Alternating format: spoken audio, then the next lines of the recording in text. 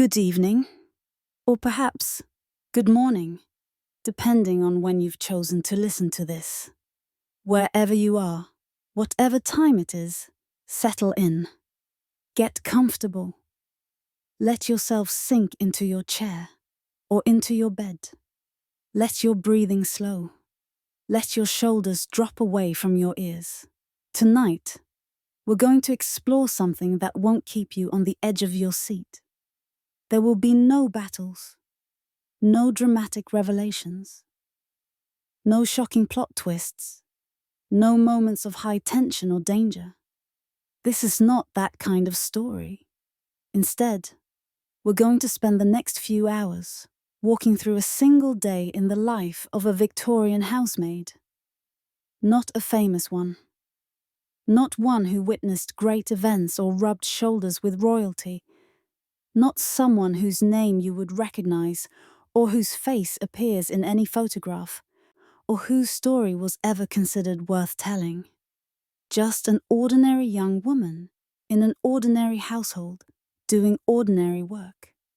The kind of work that millions of women did, day after day, year after year, throughout the 19th century. Her name, for our purposes, is Sarah Collins. It's not her real name, because we don't know her real name. She existed in the thousands, the tens of thousands. Young women who left no trace beyond their labor. But we'll call her Sarah, and we'll follow her through a single day. She's 18 years old. Young by our standards, but not particularly young for someone in service. She's been in service for 3 years now, having entered her first position at 15. This is her second household. The first was a smaller establishment, with only 2 servants. She left after 18 months because the mistress was difficult, demanding, impossible to please. Her current position is better. The pay is slightly higher. The work is no easier, but at least the household is run with some efficiency and fairness. She works in a moderately prosperous household in London, not one of the grand houses of Mayfair or Belgravia. Nothing so elevated. Those households employ dozens of servants, organized into complex hierarchies. This is a respectable middle-class home, a doctor's residence perhaps, or a successful solicitor's, a prosperous merchant's. The kind of household that employs 4 or 5 servants, enough to run the house properly, to maintain the standards expected of a family of this class, but not so many that any individual servant becomes invisible or unnecessary. Sarah is one of 2 housemaids. There's also a cook, a kitchen maid, and a parlour maid.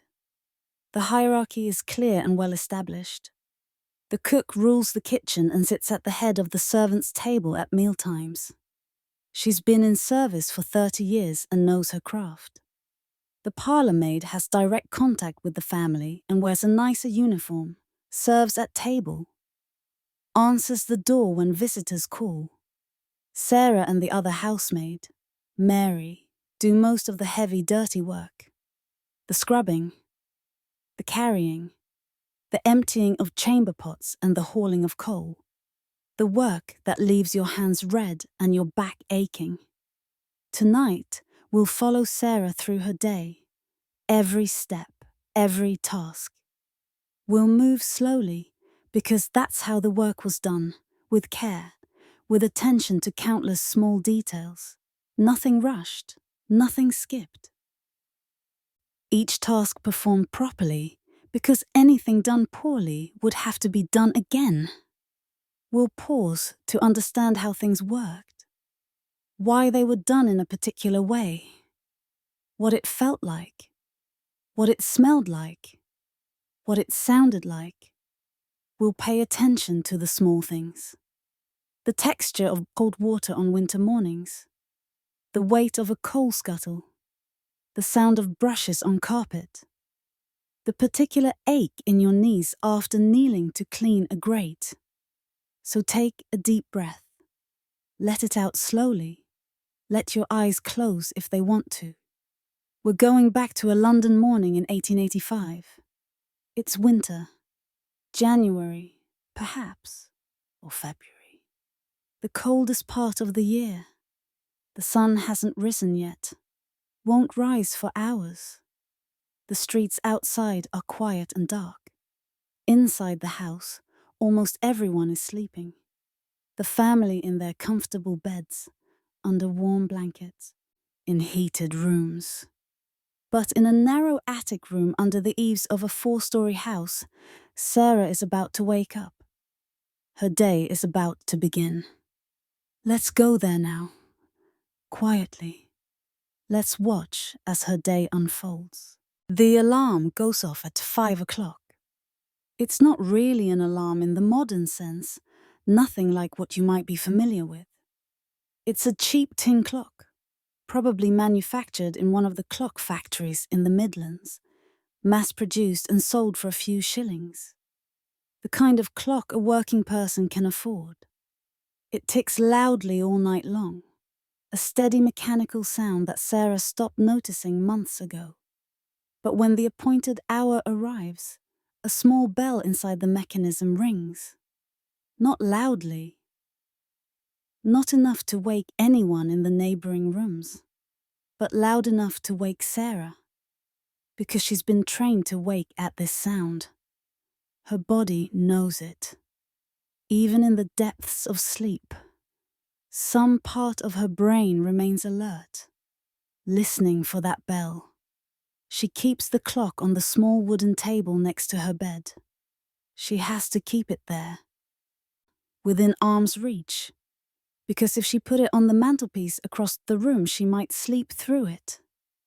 Or worse, she might wake but lie there in the warm bed, thinking about how cold the room is, how dark it is, how much she wants just 5 more minutes of sleep.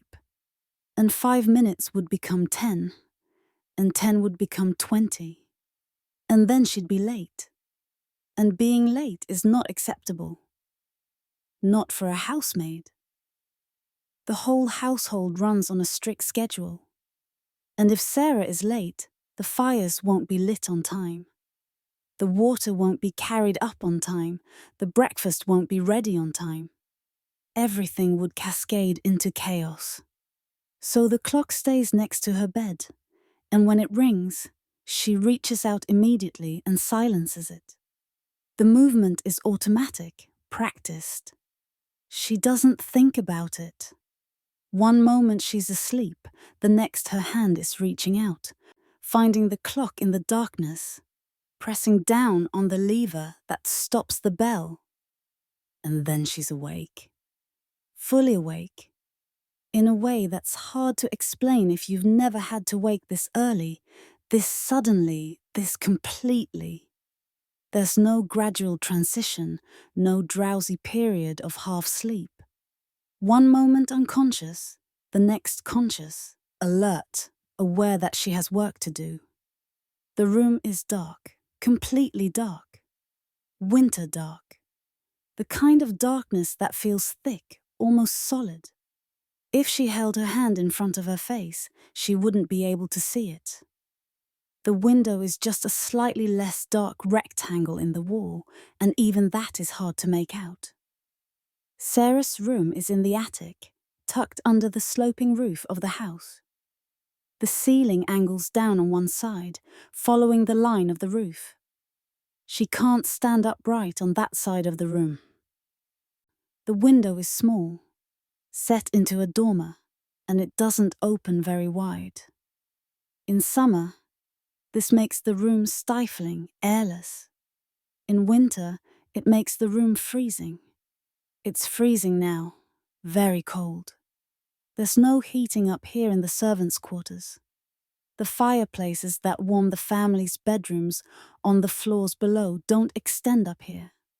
Heat rises, yes, but not enough heat to make any difference up here. The attic rooms are separated from the rest of the house by thick floors and closed doors. Up here, the temperature is only slightly warmer than outside. And outside on this January morning, it's perhaps 35 or 36 degrees Fahrenheit. Cold enough that there's frost on the pavements. Cold enough that the water in the courtyard pump has to be worked vigorously before it will flow. Sarah has been sleeping in her shift, the long cotton undergarment that serves as a nightgown. She's under 3 blankets and a quilt that she brought from home when she first entered service. The quilt was made by her mother, pieced together from scraps of fabric. It's worn thin now in places, but it's warm, and it reminds her of home. Even under all these covers, she's cold, has been cold all night. She's learned to sleep curled on her side, knees drawn up, arms wrapped around herself, trying to conserve her body heat. Her nose is cold. She can feel how cold it is now that she's awake. Her fingers are cold when she reaches out from under the blankets to silence the clock. The sheets at the edge of the bed, where the blankets don't quite cover, are icy to the touch. When she shifts position, her feet encounter a cold spot in the bed and she instinctively pulls them back. She sits up slowly. The bed frame creaks. It's an iron bedstead, narrow and plain, with a thin horsehair mattress, the kind of bed provided for servants. Nothing like the substantial wooden bedsteads in the family's rooms, with their thick mattresses and feather pillows. This bed is functional, minimal. Sarah has been sleeping in this bed for 2 years, ever since she came to this household. And she knows every quirk of it, every spring that pokes through the thin mattress, every spot where the horsehair has compressed into an uncomfortable lump. She knows that if she lies too close to the left edge, the frame squeaks loudly. She knows that the center of the mattress has developed a depression, so she tends to roll toward the middle in her sleep. The cold air hits her as soon as she sits up, even though she's still under the blankets from the waist down now. Her shoulders, her arms, her neck. The cold feels almost aggressive, attacking her warmth. She can see her breath now, pale clouds of vapor in the darkness. Next to her bed, there's a candle in a brass holder. It's a tallow candle, cheap, made from animal fat. It doesn't burn as cleanly as a beeswax candle, and it smells slightly unpleasant when lit. But it's what servants use. Beeswax is expensive, reserved for the family's use. Sarah keeps matches on the table as well, in a small tin box. In the summer, the matches sit out openly, but in winter, she's learned to keep them under the covers with her at night. If they get too cold, they become difficult to strike. The striking surface won't catch, or the match head crumbles. She reaches under her pillow now and retrieves the tin of matches. Her fingers are already stiff with cold. She opens the tin, takes out a match, closes the tin. She strikes the match on the striking surface on the side of the tin. The scratch is loud in the silent room. The match flares, bright and sudden. Sulfur smell, sharp and acrid. Sarah blinks against the sudden light. Her eyes have been adjusted to darkness, and the flame is almost painful. She touches the match to the candle wick. The wick catches. The flame steadies and grows. The tiny flame does almost nothing to warm the room. It might as well not be there at all as far as warmth is concerned. But at least she can see now. The small circle of light pushes back the darkness just far enough for her to make out the shapes of her few possessions. The room is very small, perhaps 8 feet by 10 feet. Sarah has paced it out before, counting the steps. 4 paces one way, 5 paces the other. That's all the space she has in the world. This room, these few square feet. There's space for the narrow bed against one wall, a small wooden table next to the bed, painted brown, a wooden chair with a rush seat, a washstand with a basin and pitcher. On the wall, 3 iron pegs hold her clothes, 2 uniforms, a shawl for going outside, her one good dress for church on Sundays. There's a small mirror hanging from a nail, its glass spotted with age, showing a distorted reflection. A hairbrush on the washstand. A Bible, given to her by her mother when she left home 3 years ago. She's supposed to read from it every night, but she's usually too tired. On the washstand, the water in the pitcher has a thin skin of ice on it. This happens most mornings in winter. The water is from yesterday evening, when Sarah carried up a pitcher of water to wash before bed. By morning, it's had all night to sit in this freezing room, and a thin layer of ice has formed across the surface. Sarah knows this will happen, expects it. She gets out of bed now, her feet touching the cold floorboards, and she gasps slightly at the shock of it. The boards are like ice under her bare feet. She crosses to the washstand quickly, taking the candle with her. She looks at the water in the pitcher. Yes, there's ice. A thin sheet of it, perhaps 1/8 of an inch thick, covering the surface. It looks oddly beautiful in the candlelight, crystalline and perfect. But it's in her way. She has to break the ice with her finger before she can pour water into the basin. She does this now, pressing down on the center of the ice sheet. It resists for a moment, flexing slightly, and then it breaks with a soft crackling sound. The pieces of ice float on the surface of the water beneath. The water is so cold, it makes her fingers ache immediately. The ache travels up from her fingertips, through her hand, up her wrist. Cold water in winter is painful. She pours water from the pitcher into the basin on the washstand. She has to fish out the pieces of ice and drop them back in the pitcher. Then she wets her hands and brings them to her face. The shock of the cold water on her face makes her gasp again. It's almost violent, this cold. It feels like being slapped, but it wakes her up completely. Drives away any remaining traces of sleep. She washes her face quickly, not lingering, because lingering makes it worse. She cups her hands, fills them with water, splashes it on her face. Once, twice, 3 times. The water runs down her neck, soaking the collar of her shift. She gropes for the soap in the soap dish. It's rough, this soap, the kind servants use, made mostly from lye and tallow with perhaps a little soda added. It doesn't lather much in cold water. It smells faintly of lye and ash and fat. Not unpleasant, exactly, but not pleasant either. Just clean. She rubs it between her hands, creating a minimal lather, and washes her hands thoroughly. Her nails are short, cut back, because long nails collect dirt and are impractical for the work she does. She scrubs under her nails, between her fingers. Then she rinses her hands and face, splashing more cold water, gasping again at the cold.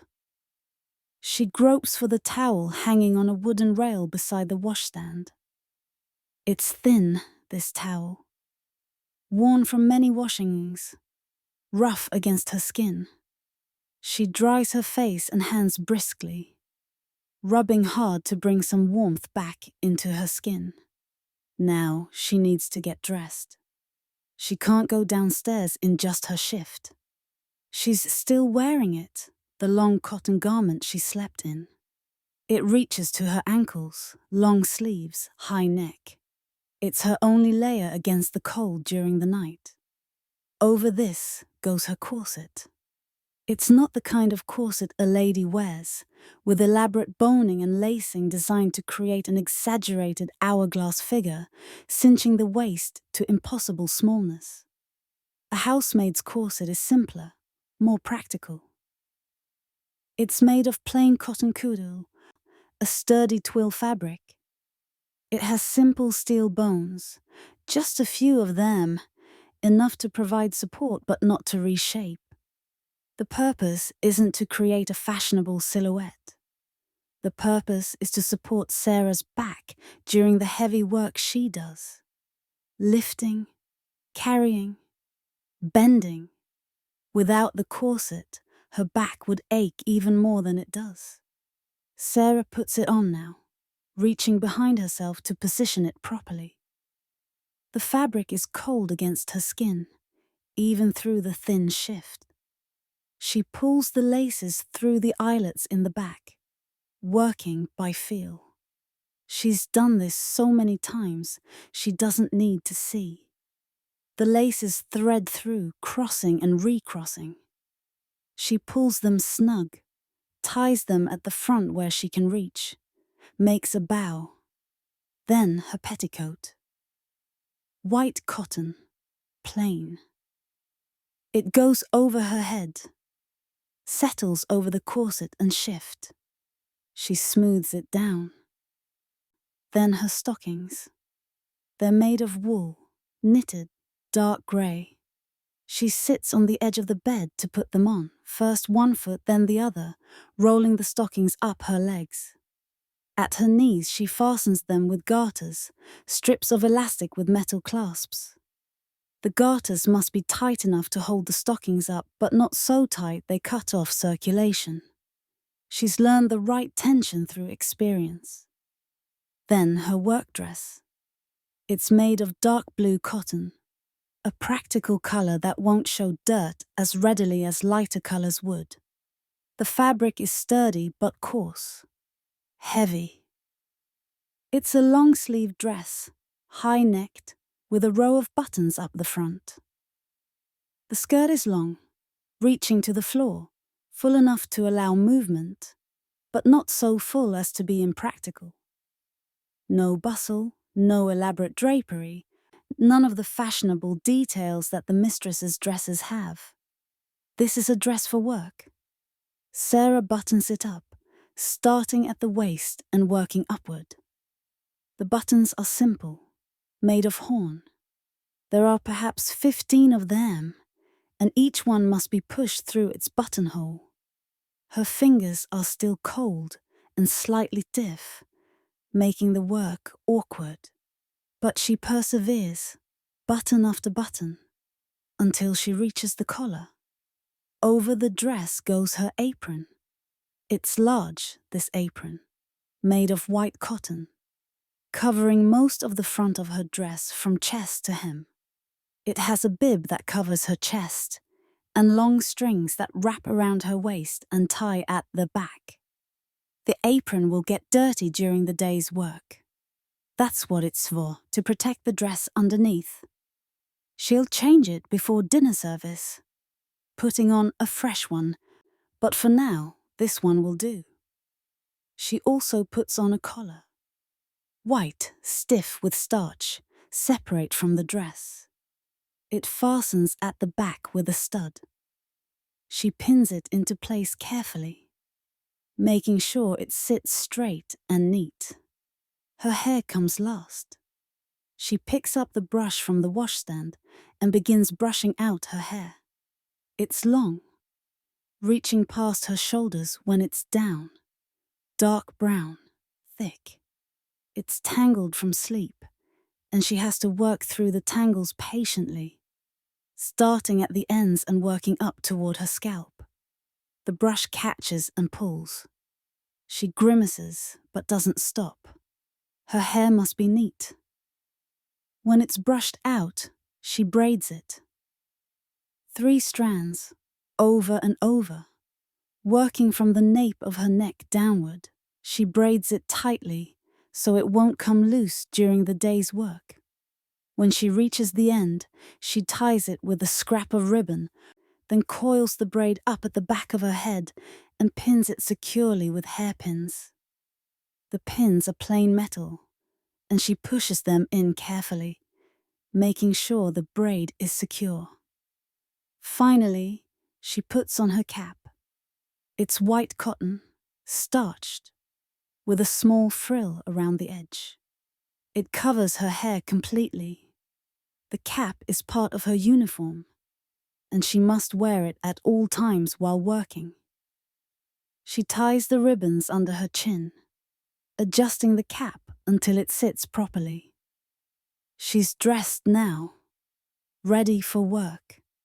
She looks at herself in the spotted mirror. In the flickering candlelight, she can barely make out her reflection. A pale oval face, dark eyes, the white of her collar and cap, the dark blue of her dress. She looks like a housemaid, like thousands of other housemaids across London, across England, indistinguishable. By the time she's finished dressing, perhaps 20 minutes have passed since she woke. It's now about 5:20. Still dark outside. Still winter dark. The household is silent except for small sounds of other servants waking in other attic rooms. She can hear the creak of floorboards above her head. Someone else moving about. Mary, perhaps, or Jane the kitchen maid. The family won't wake for hours yet. The master typically rises at 8, the mistress at 8:30, the children at 9. They'll wake to warm rooms, to water already waiting in their pitchers, to fires already burning in their grates. They won't know about the work that's been done to make their waking comfortable. Won't think about it. Sarah picks up her candle. She's ready now. Time to go downstairs. Time to begin the day's work. She leaves her room, closing the door quietly behind her. The latch clicks softly. The attic hallway is narrow and low-ceilinged with exposed beams. She has to duck slightly to avoid hitting her head on the beam that runs across the hallway just outside her door. She's hit her head on it before, more than once, and learned to remember it's there. She can hear Mary moving about in the next room, the sounds muffled through the thin walls. They don't speak. It's too early for conversation, and besides, talking in the attic rooms is discouraged. Voices carry. Sarah makes her way down the attic stairs. These are the back stairs, narrow and steep, used only by servants. They are uncarpeted, just bare wood, worn smooth by the passage of countless feet over the years. The stairs are dark, lit only by her candle. Sarah knows these stairs intimately, knows where each one creaks. The 5th stair from the top groans loudly if you step on it wrong. So she steps carefully, placing her foot on the edge where it's quieter. Down she goes. One flight from the attic to the 2nd floor. Past the closed doors of the family's bedrooms. She moves quietly.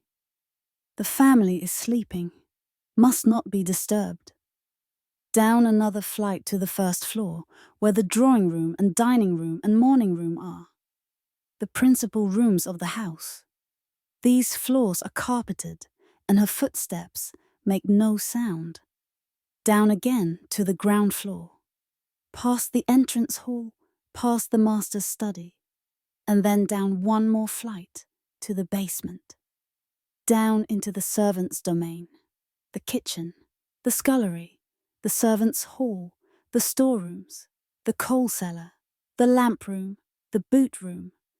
This is where Sarah will spend most of her day. In the basement, or on the stairs between the basement and the upper floors, carrying things up and down, dozens of times before the day is done. But first, the kitchen range must be lit. The heart of the house must be wakened. The kitchen, when Sarah enters it, is warmer than upstairs.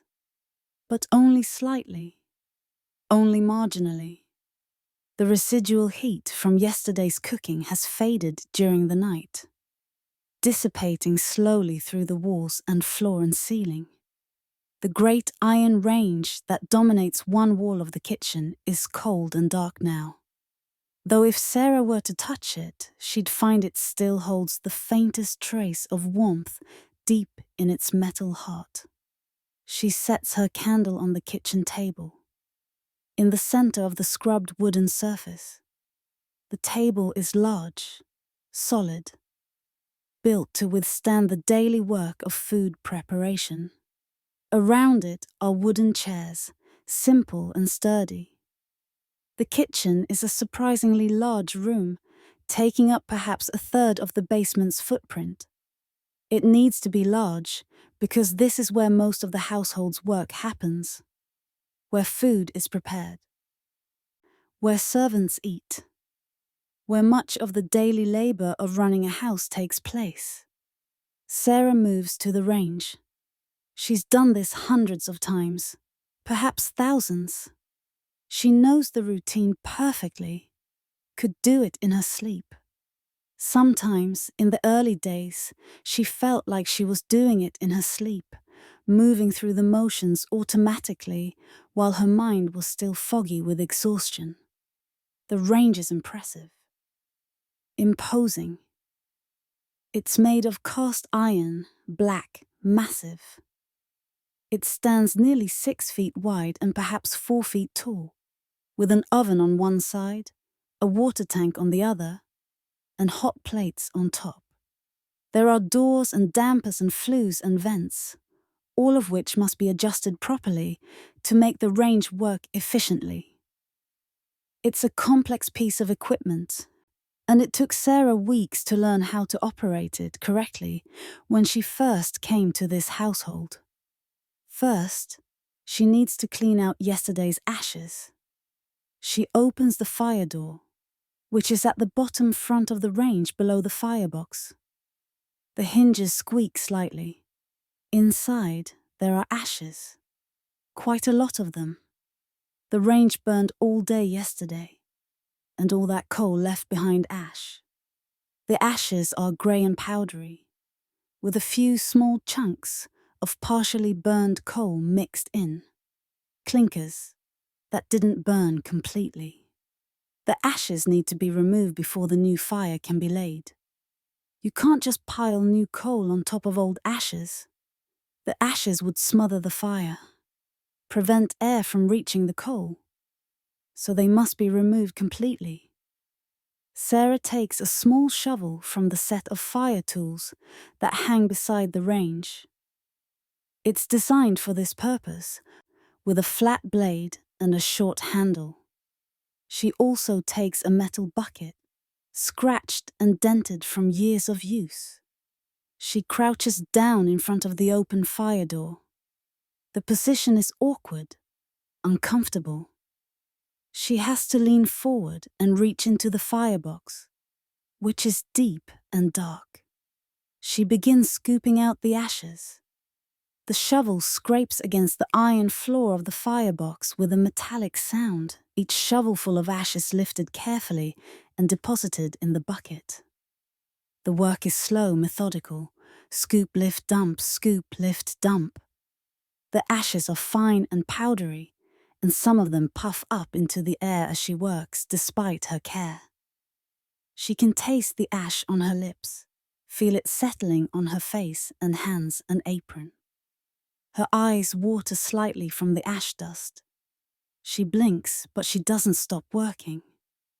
This task must be done, and there's no point in complaining about it, even to herself. When the bucket is full, she sets down the shovel and picks up the bucket. It's not particularly heavy, ashes being light, but it's awkward to carry. She takes it to the back door of the kitchen, which leads out into a small courtyard behind the house. She unbolts the door and opens it. The cold air from outside rushes in, making her gasp. It's even colder outside than in the house. The courtyard is still in darkness, though the sky above is beginning to show the first faint hint of pre-dawn grey. Sarah can see her breath now, thick white clouds in the cold air. In the courtyard, there's a dustbin where ashes and other refuse are deposited. It's a large metal bin with a lid. Sarah lifts the lid and empties her bucket into it. The ashes make a soft whooshing sound as they fall. She replaces the lid and hurries back inside, closing the door against the cold. Back at the range, she continues removing ashes. It takes 3 more trips, 3 more buckets, before the firebox is completely empty. When she's finished, she takes a small brush and sweeps out the last traces of ash, making sure the firebox is completely clean. The iron floor of the firebox should be visible, bare and black. Now she needs coal and kindling. The coal cellar is just off the kitchen, accessed through a low doorway and down 3 stone steps. It's a small room, perhaps 6 feet by 8 feet, with a vaulted brick ceiling. The coal is delivered through a chute in the courtyard, and it forms a large black pile in the cellar. Sarah takes the coal scuttle from beside the range. It's a large metal bucket, wider at the top than at the bottom, with a handle and a lip designed for pouring. It's permanently stained black from coal dust, and the handle is wrapped with rope to make it easier to grip. She goes down into the coal cellar. It's completely dark down here. She should have brought her candle, but she didn't, so she has to work by feel. She's done this so many times that she doesn't really need light anyway. Her hands know the shape of coal. The lumps are rough and irregular, some small, some large, all of them with sharp edges and uneven surfaces. She fills the scuttle, selecting pieces of coal by touch, arranging them in the scuttle so they fit efficiently. She chooses mostly medium-sized pieces, about the size of her fist. Too small and they burn too quickly. Too large and they take forever to catch fire. When the scuttle is full, it's heavy, very heavy. Perhaps 25 or 30 pounds. She lifts it carefully, gripping the handle with both hands. She's learned to lift with her legs, bending her knees and keeping her back straight. Even so, after 3 years of carrying coal scuttles up and down stairs multiple times every day, her back aches most evenings. She carries the coal up the 3 steps and back into the kitchen, sets it down near the range with a metallic thunk that seems loud in the quiet morning. Now she needs kindling. There's always kindling kept in a wicker basket beside the range. Small sticks of wood, bits of old crates broken up, pieces of the barrel staves, all saved and dried specifically for starting fires. Sarah also needs paper. Yesterday's newspaper, once the family has finished reading it, that is torn into strips and kept for fire starting. She takes a handful of paper strips from the basket. She begins to lay the fire in the clean, empty firebox. This is almost an art, laying a fire properly. It must be done in the right order with the right materials arranged in the right way. First, she crumples several strips of newspaper loosely and places them in the center of the firebox. Not too tight. The paper needs air to burn. She arranges them so there's space between them, so air can circulate. Then she builds a small pyramid of kindling over the paper. The smallest, thinnest sticks first. leaning against each other to form a structure. Then slightly larger sticks on top of those. The structure must be stable, but not too dense. Air must be able to flow through it. When the kindling pyramid is built, she places a few small pieces of coal around and on top of it. Just a few pieces. Just enough to begin catching fire once the kindling is burning well. If she puts too much coal on too early, it will smother the fire before it has a chance to establish itself. She steps back and examines her work. Yes, this looks right. She's done this so many times that she can tell by looking whether a fire is properly laid. Now comes the moment of truth. She takes a match from the box on the mantelpiece and strikes it. The sound is loud, scratching. The match flares. She touches it to the paper in the center of the firebox. The paper catches immediately, bright and eager. Flames spread quickly from one piece of paper to the next. The fire makes a soft crackling, rustling sound. The flames are yellow and orange, dancing, climbing up into the kindling structure. Sarah watches. Within seconds, the kindling begins to catch. The smallest sticks first, their edges blackening and then bursting into flame. The fire spreads. More kindling catches. The flames grow stronger, more confident. The crackling becomes louder. The smell of burning wood fills the air. It's a pleasant smell, clean and sharp. Sarah can feel heat beginning to radiate from the firebox already, though it's still faint. She watches the fire carefully. This is the critical time. If the fire is going to fail, it will fail now. But it doesn't fail. The kindling is burning well. The flames strong and steady. After a minute or two, she sees the small pieces of coal beginning to catch. Their edges glow red. Smoke rises from them. White smoke at first, then grey. When she's sure the coal is catching, she adds more. Just a little more. A few more pieces, carefully placed. She doesn't want to smother the fire, but she needs to begin building it up. She waits, watches. The new coal catches. More red glow, more smoke. The fire is establishing itself now, growing stronger. She adds more coal, then more. Gradually, piece by piece, building up the fire. She arranges the coal carefully, leaving spaces for air to flow.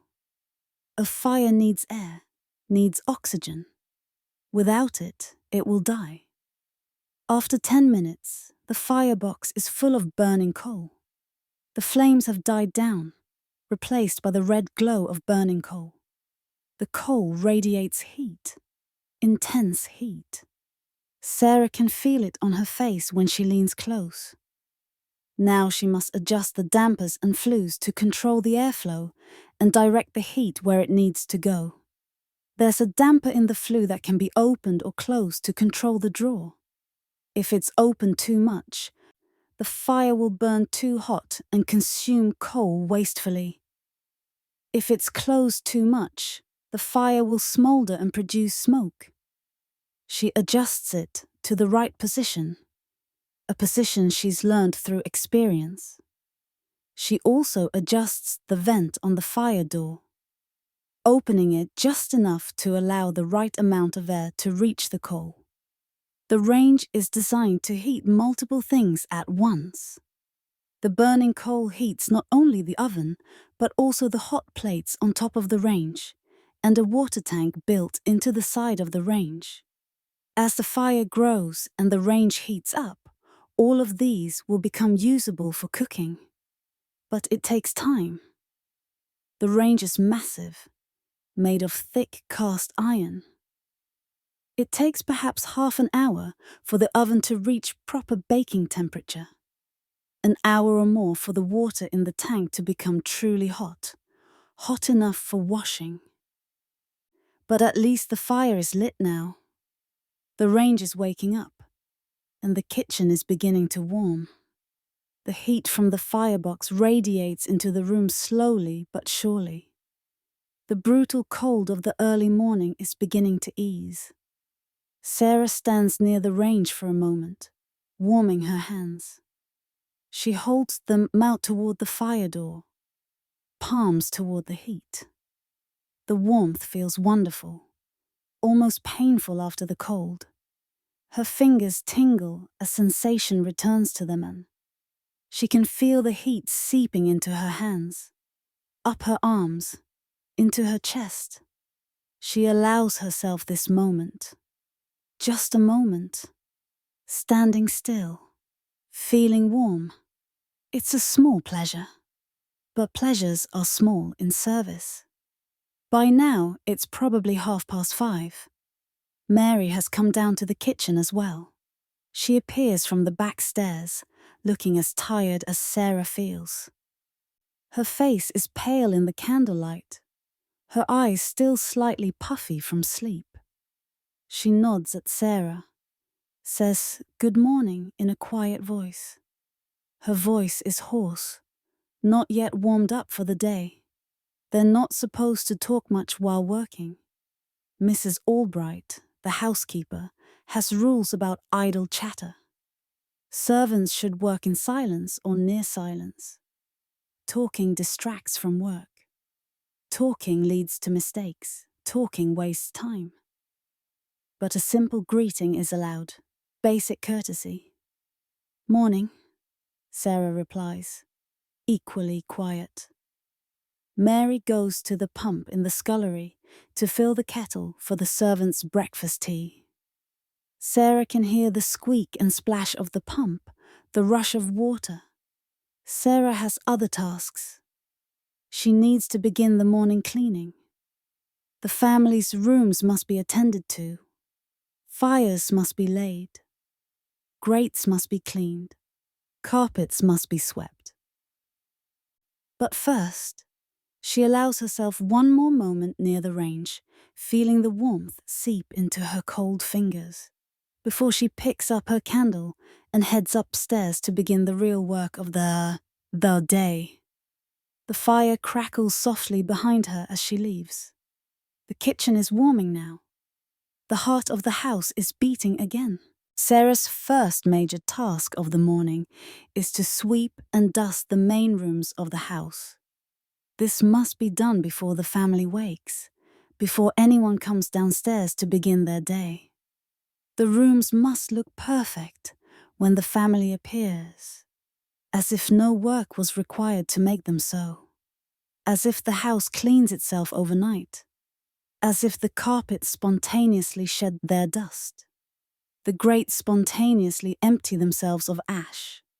The ornaments spontaneously arrange themselves in perfect order.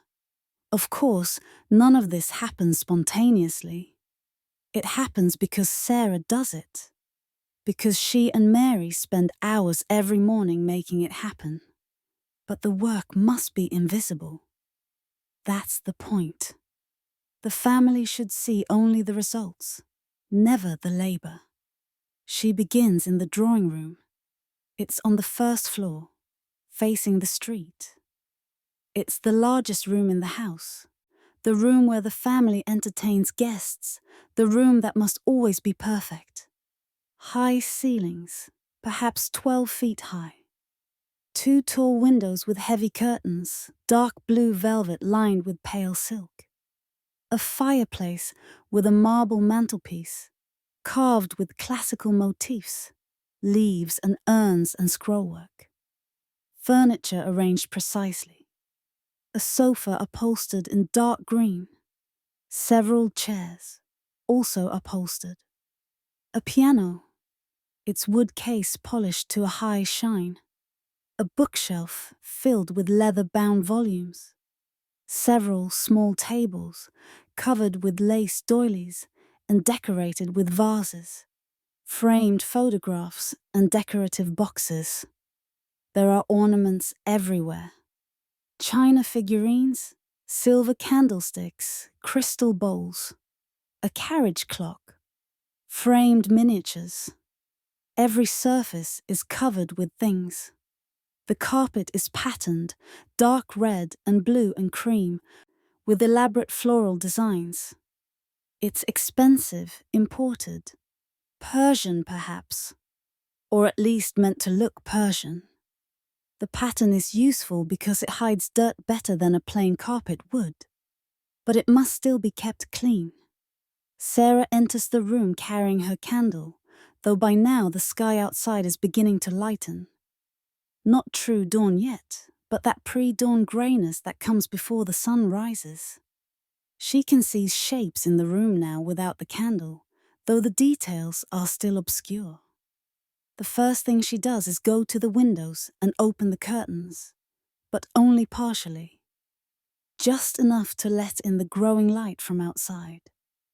She pulls one curtain back, then the other, tying them with the cords that hang beside each window. The street outside is empty, dark.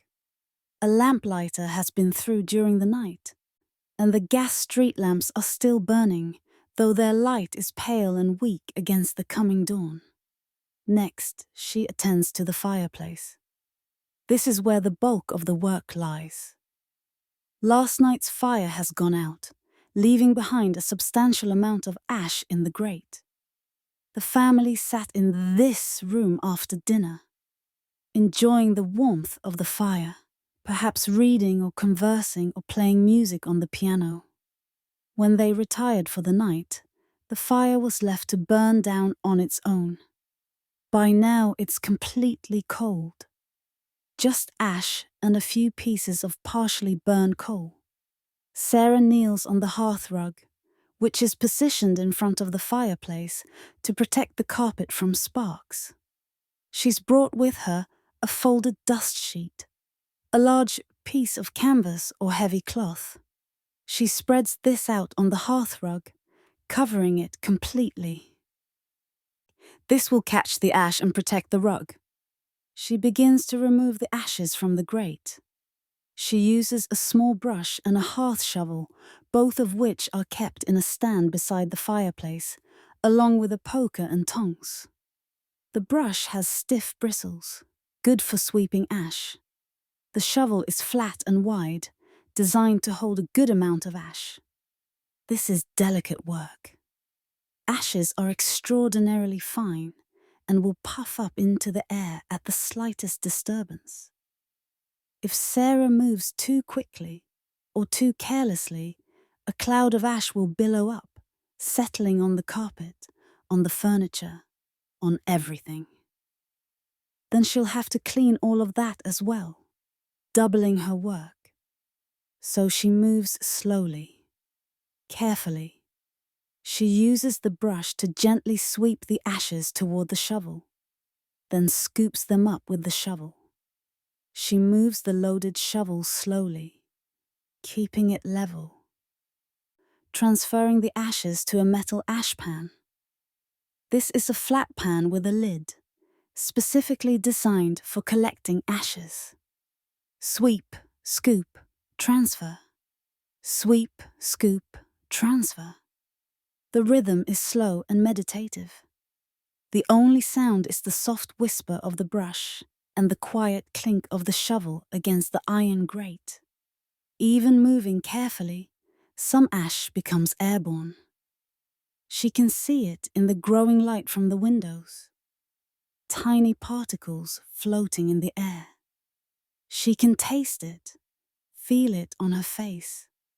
Her hands are already black with ash, despite her efforts to stay clean. When most of the ash has been removed from the grate, she sets down the brush and shovel and uses a cloth to wipe the remaining ash from the iron bars of the grate. She wipes carefully, making sure no ash is left behind. The fireback, the flat iron surface at the back of the fireplace, must also be wiped clean. This takes time.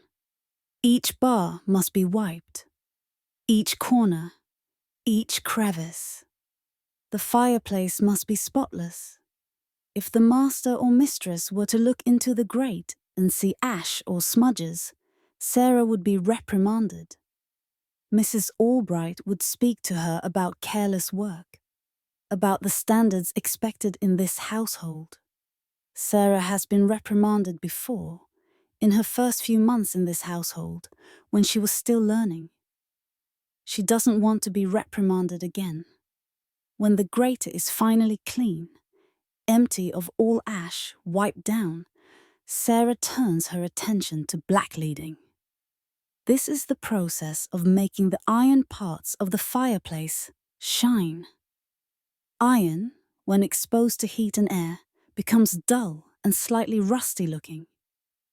Black lead paste restores the deep black shine.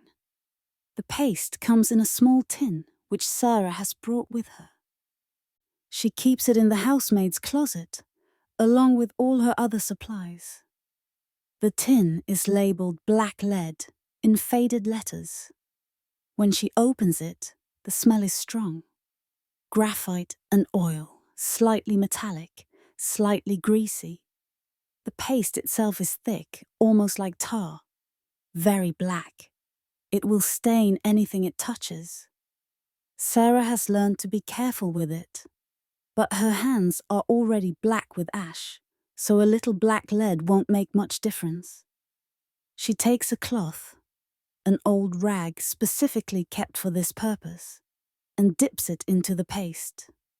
She begins rubbing the paste onto the iron grate.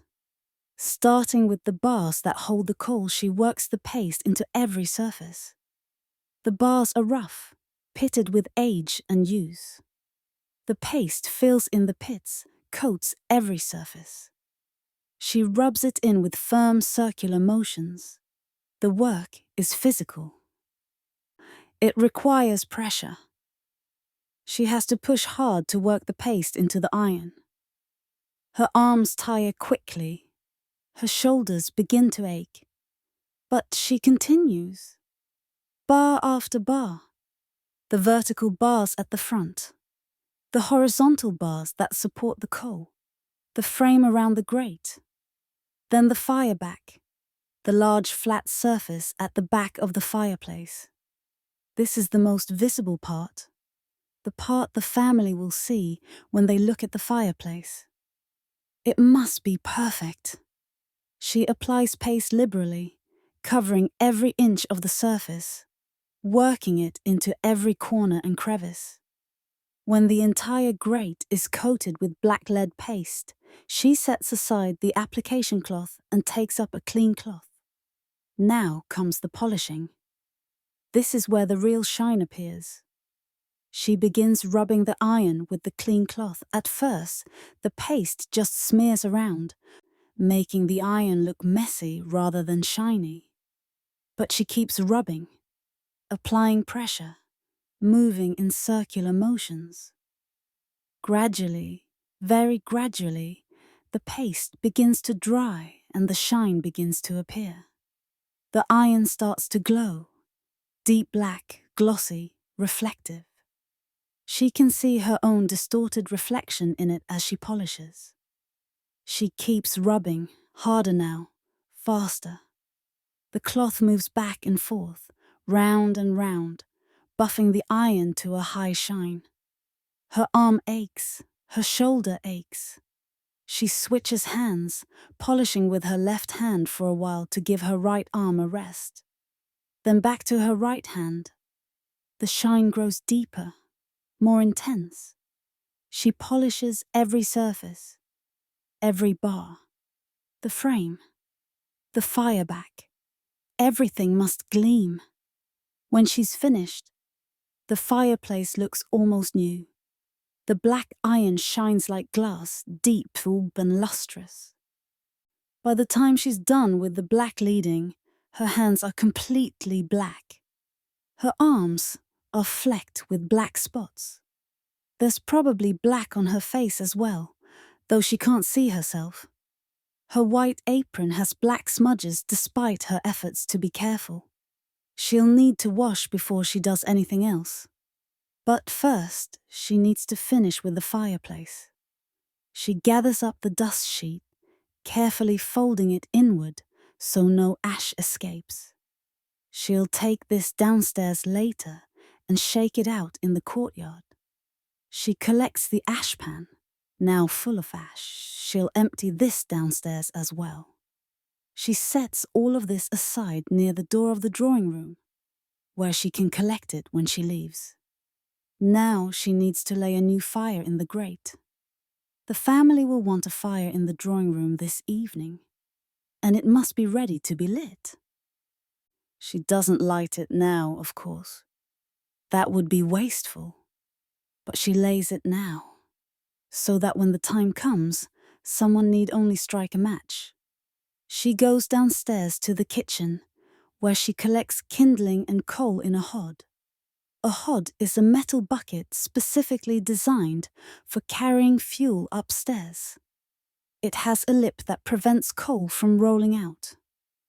She fills it with kindling and several pieces of coal and carries it back upstairs to the drawing room. Kneeling at the hearth again, she begins laying the fire. Paper first, crumpled loosely in the grate. Then kindling, arranged in a pyramid. Then they use small pieces of coal on and around the kindling. She arranges it all carefully, making sure it will light easily when the time comes. When the fire is laid, she stands and looks at the fireplace. Perfect. The grate gleaming. The fire ready to be lit. The hearth clean. Good. Now comes the sweeping. She fetches the carpet sweeper from the housemaid's closet, which is a small room off the main hallway on the ground floor. The closet is where all the cleaning supplies are kept. Brooms, brushes, mops, buckets, cloths, polishes, soaps. Everything has its place on shelves or hanging from hooks. The closet smells of soap and polish and dust, a smell Sarah has come to associate with work. The carpet sweeper is a relatively modern invention, newer than the old-fashioned brooms that were used before. It's a mechanical device, essentially a wooden box on wheels with rotating brushes inside. When you push it across a carpet, the wheels turn the brushes, and the brushes pick up dust and dirt, collecting it inside the box. It's much more efficient than a broom, which tends to just push dust around rather than actually collecting it. Sarah's arms are still black from the black leading, so she goes first to the scullery to wash her hands. The pump water is cold, shocking against her skin. She pumps water into the sink and scrubs her hands with soap, working the lather between her fingers, under her nails. The black lead is stubborn, staining her skin. She scrubs harder using a brush. Gradually, most of the black comes off, though her nails remain rimmed with dark lines. She dries her hands on a rough towel and returns to fetch the carpet sweeper. It's moderately heavy, made of wood and metal, with a long handle. She carries it upstairs to the drawing room. She positions herself in one corner of the room and begins to sweep. The sweeper rolls across the carpet with a soft swishing sound. The brushes inside rotate, whisking across the pile of the carpet. Sarah pushes the sweeper forward in straight lines, overlapping each pass slightly to ensure she doesn't miss any area. The work is rhythmic, almost meditative. Push forward, pull back, push forward, pull back.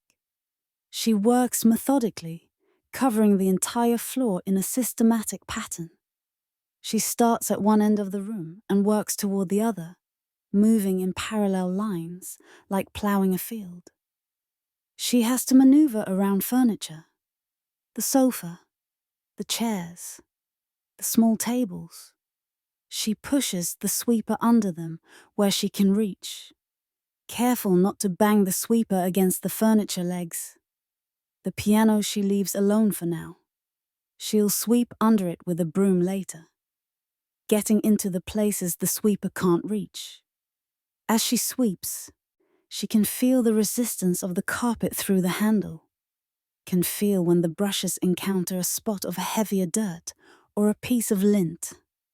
The sweeper picks it all up, collecting it in the box inside. When she's finished sweeping, she'll open the box and empty it into the dustbin. The drawing room takes perhaps 15 or 20 minutes to sweep thoroughly. When she's done, she stands back and examines her work. The carpet looks clean, the pile freshly brushed, the pattern clear and distinct. Good. Now comes the dusting. This is perhaps more tedious than the sweeping, because there are so many objects to dust, and each must be handled carefully. Sarah fetches her dusting cloths from the housemaid's closet. She keeps several cloths, each for a different purpose. Soft cloths for delicate surfaces. Slightly rougher cloths for hardier furniture. She also brings furniture polish and a polishing cloth. She begins with the mantelpiece. It's marble, smooth and cool to the touch. On it sit numerous objects. A pair of candlesticks, silver, each about 10 inches tall. A china vase with dried flowers. A carriage clock with a brass case. Several framed photographs in silver frames. A decorative box made of inlaid wood. Sarah picks up each object, one at a time. She dusts the object itself, wiping it gently with her cloth. Then she wipes the surface of the mantelpiece where the object was sitting. Then she replaces the object in exactly the same position it was before. This is important. The mistress of the house notices if things are moved. Each ornament has its proper place, positioned just so, and Sarah must remember where each belongs. The candlesticks go on either end of the mantelpiece, 3 inches from the edges. The clock goes in the center. The vase goes to the left of the clock, the decorative box to the right. The photographs are arranged in a specific order, largest in the back, smaller ones in front. Sarah has memorized all of these positions, has to memorize them. It's part of her job. She dusts carefully, paying attention to details. She makes sure there's no dust in the crevices of the candlesticks, no fingerprints on the glass of the photograph frames. When the mantelpiece is done, she moves to the small tables scattered around the room. There are 4 of them, each covered with a lace doily, each supporting its own collection of ornaments. More vases. More photographs. Decorative plates on stands. A music box. A crystal ball. A porcelain figurine of a shepherdess. Each table takes several minutes. Pick up each object. Dust it. Wipe the doily. Wipe the table surface under the doily. Replace the doily, making sure it's centered and lies flat with no wrinkles. Replace each object in its exact position. The piano comes next. It's a large piece of furniture, and its polished wood surface shows every fingerprint and every smudge. Sarah applies furniture polish to her polishing cloth, just a small amount, and begins to rub it into the wood. The polish has a pleasant smell, lemony and clean. She rubs in circular motions, working the polish into the wood, then buffs it to a shine with a clean cloth. The piano lid must be dusted on top. The music stand must be wiped. The keys must be dusted individually, each white key and each black key, using a soft cloth so as not to scratch them. The bookshelf is next. This is time-consuming, because she must remove each book, dust it, wipe the shelf behind it, and replace it. The books are leather-bound, heavy, some of them quite old. She handles them carefully, making sure not to damage the spines or covers. She wipes each book with a dry cloth, removing dust from the top and 4 edges. She's not supposed to open the books or read them, of course. They're the master's books, and servants shouldn't touch them except to clean them. When all the furniture and ornaments are dusted, Sarah does a final check of the room. She looks at the windowsills, checking for dead flies or other insects. In summer, there are often dead flies on the windowsills, but in winter there are fewer. Still, she checks. She finds one small spider, dead and desiccated, in the corner of one windowsill. She picks it up with her cloth and disposes of it. She checks the curtains, making sure they hang properly, with no wrinkles or crooked folds. She adjusts one slightly, smoothing it with her hand. She looks under the sofa cushions, lifting each one to check for any stray items. Sometimes the family drops things: hairpins, buttons, coins. She finds nothing today. She checks the hearthrug, making sure it lies flat and straight in front of the fireplace. She adjusts it slightly, pulling it so it's perfectly aligned. Finally, satisfied, she collects her cleaning supplies and moves on to the next room. The dining room. The process repeats. Fireplace cleaned and blackleaded. Floor swept. Surfaces dusted. But the dining room has its own particular requirements. The sideboard must be polished with furniture polish, rubbed until it gleams. The crystal decanters on the sideboard must be checked to ensure they're full and properly stoppered.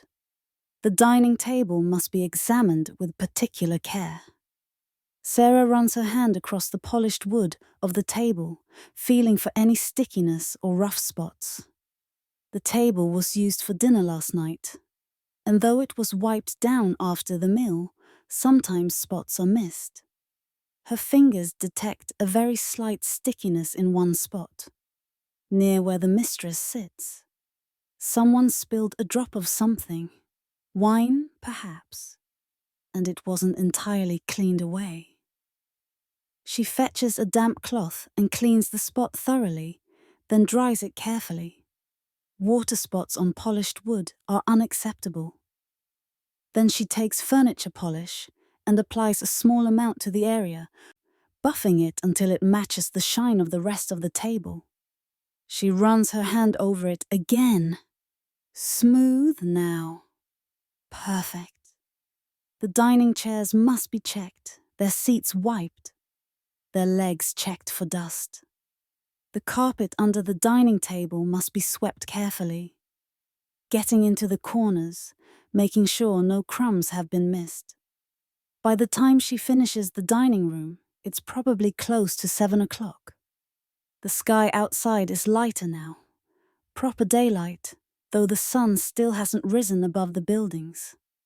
The city is waking up. Sarah can hear sounds from the street, the rattle of a cart going past, footsteps on the pavement, the distant sound of a railway whistle. There are other rooms to attend to. The morning room, where the family takes breakfast on sunny days. The master's study, where he works when he's at home. But those will have to wait. Right now, Sarah has more pressing tasks. The family will be waking soon. Chamber pots need to be emptied. Water needs to be carried upstairs for washing. Fires need to be laid in the bedrooms. The day's real work is intensifying. Sarah goes back down to the kitchen, descending the servants' stairs quickly. Her legs are starting to feel the work already. starting to ache slightly from all the kneeling and standing and walking. But there's no time to rest. No time to think about tired legs. The kitchen is warmer now, much warmer than it was an hour ago. The range has been burning steadily, and heat fills the room. Mrs. Patterson, the cook, is at the range now, beginning preparations for the family's breakfast. She is a stout woman, perhaps 55 years old, with grey hair under her white cap and a stern expression. She's been a cook for more than 30 years, and she knows her work thoroughly. She nods at Sarah as Sarah passes through the kitchen, but says nothing. Mrs. Patterson is not much for conversation in the mornings. The range is burning well now, the coal glowing red in the firebox. The hot plates on top of the range are heating up. The oven is warm, though not yet hot enough for baking. And the water tank on the side of the range is warming, though the water inside is not yet hot enough for the family's washing water. That will come later. For now, Sarah needs cold water. In the scullery, next to the kitchen, there's a large deep sink with a pump. Running water in the house is a relatively recent addition, installed perhaps 10 years ago when the water company laid pipes in this street. Before that, all water had to be carried from a pump in the courtyard or from a well. Now, cold water can be pumped directly into the sink.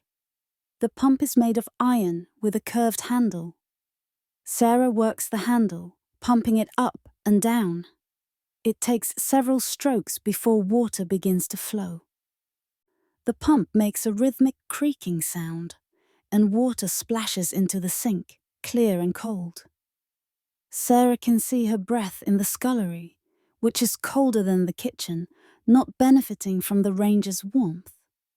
She fills 2 large jugs, each holding about a gallon of water. The jugs are made of thick ceramic, white with blue patterns. They're heavy when full, and Sarah must be careful not to spill as she carries them. She carries the jugs upstairs, one in each hand. The weight pulls at her shoulders. She climbs the servants' stairs from the basement to the ground floor, then up to the first floor, then up again to the second floor where the bedrooms are.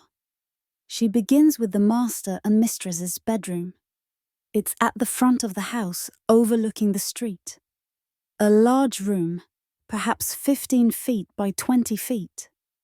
The bed is substantial, a 4-poster with heavy curtains that can be drawn around it for warmth and privacy.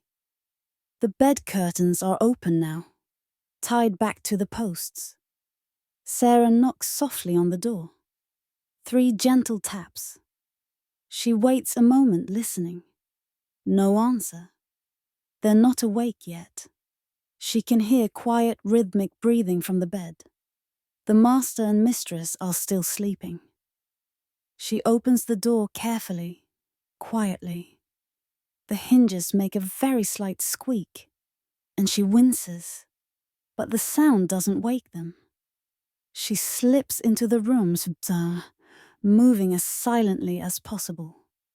The room is warmer than the attic rooms, but still cool. There was no fire in here overnight. The curtains are drawn, making the room dim. Sarah moves across the carpet, her footsteps silent. She knows this room well, knows where every piece of furniture is, even in the dim light. She goes to the washstand, which stands against one wall. It's a substantial piece of furniture, made of mahogany with a marble top. On the marble top sits a large ceramic basin and a matching pitcher. Both are decorated with blue flowers, part of a set. There's also a soap dish with a bar of fine soap, the kind ladies use scented with lavender. A small dish holds toothbrushes. A glass holds water for rinsing teeth. Sarah pours water from her jugs into the pitcher on the washstand. She pours carefully, slowly, to minimize the sound. The water makes a gentle splashing sound as it fills the pitcher. She doesn't fill the pitcher completely, just about 2/3 full. Later, she'll return with hot water to add to this cold water, creating warm water for washing. Next, she attends to the fireplace. The fireplace in this room was used yesterday and now contains ashes, but Sarah doesn't clean it out now. Not while the occupants are sleeping. That would make too much noise and create too much dust. Instead, she lays a new fire on top of the old ashes, being as quiet as possible. She's brought up kindling and coal in a hod, which she left outside the door. She retrieves it now and carries it to the fireplace, moving carefully so the coal doesn't clank against the metal. She arranges the kindling in the grate, placing each stick quietly.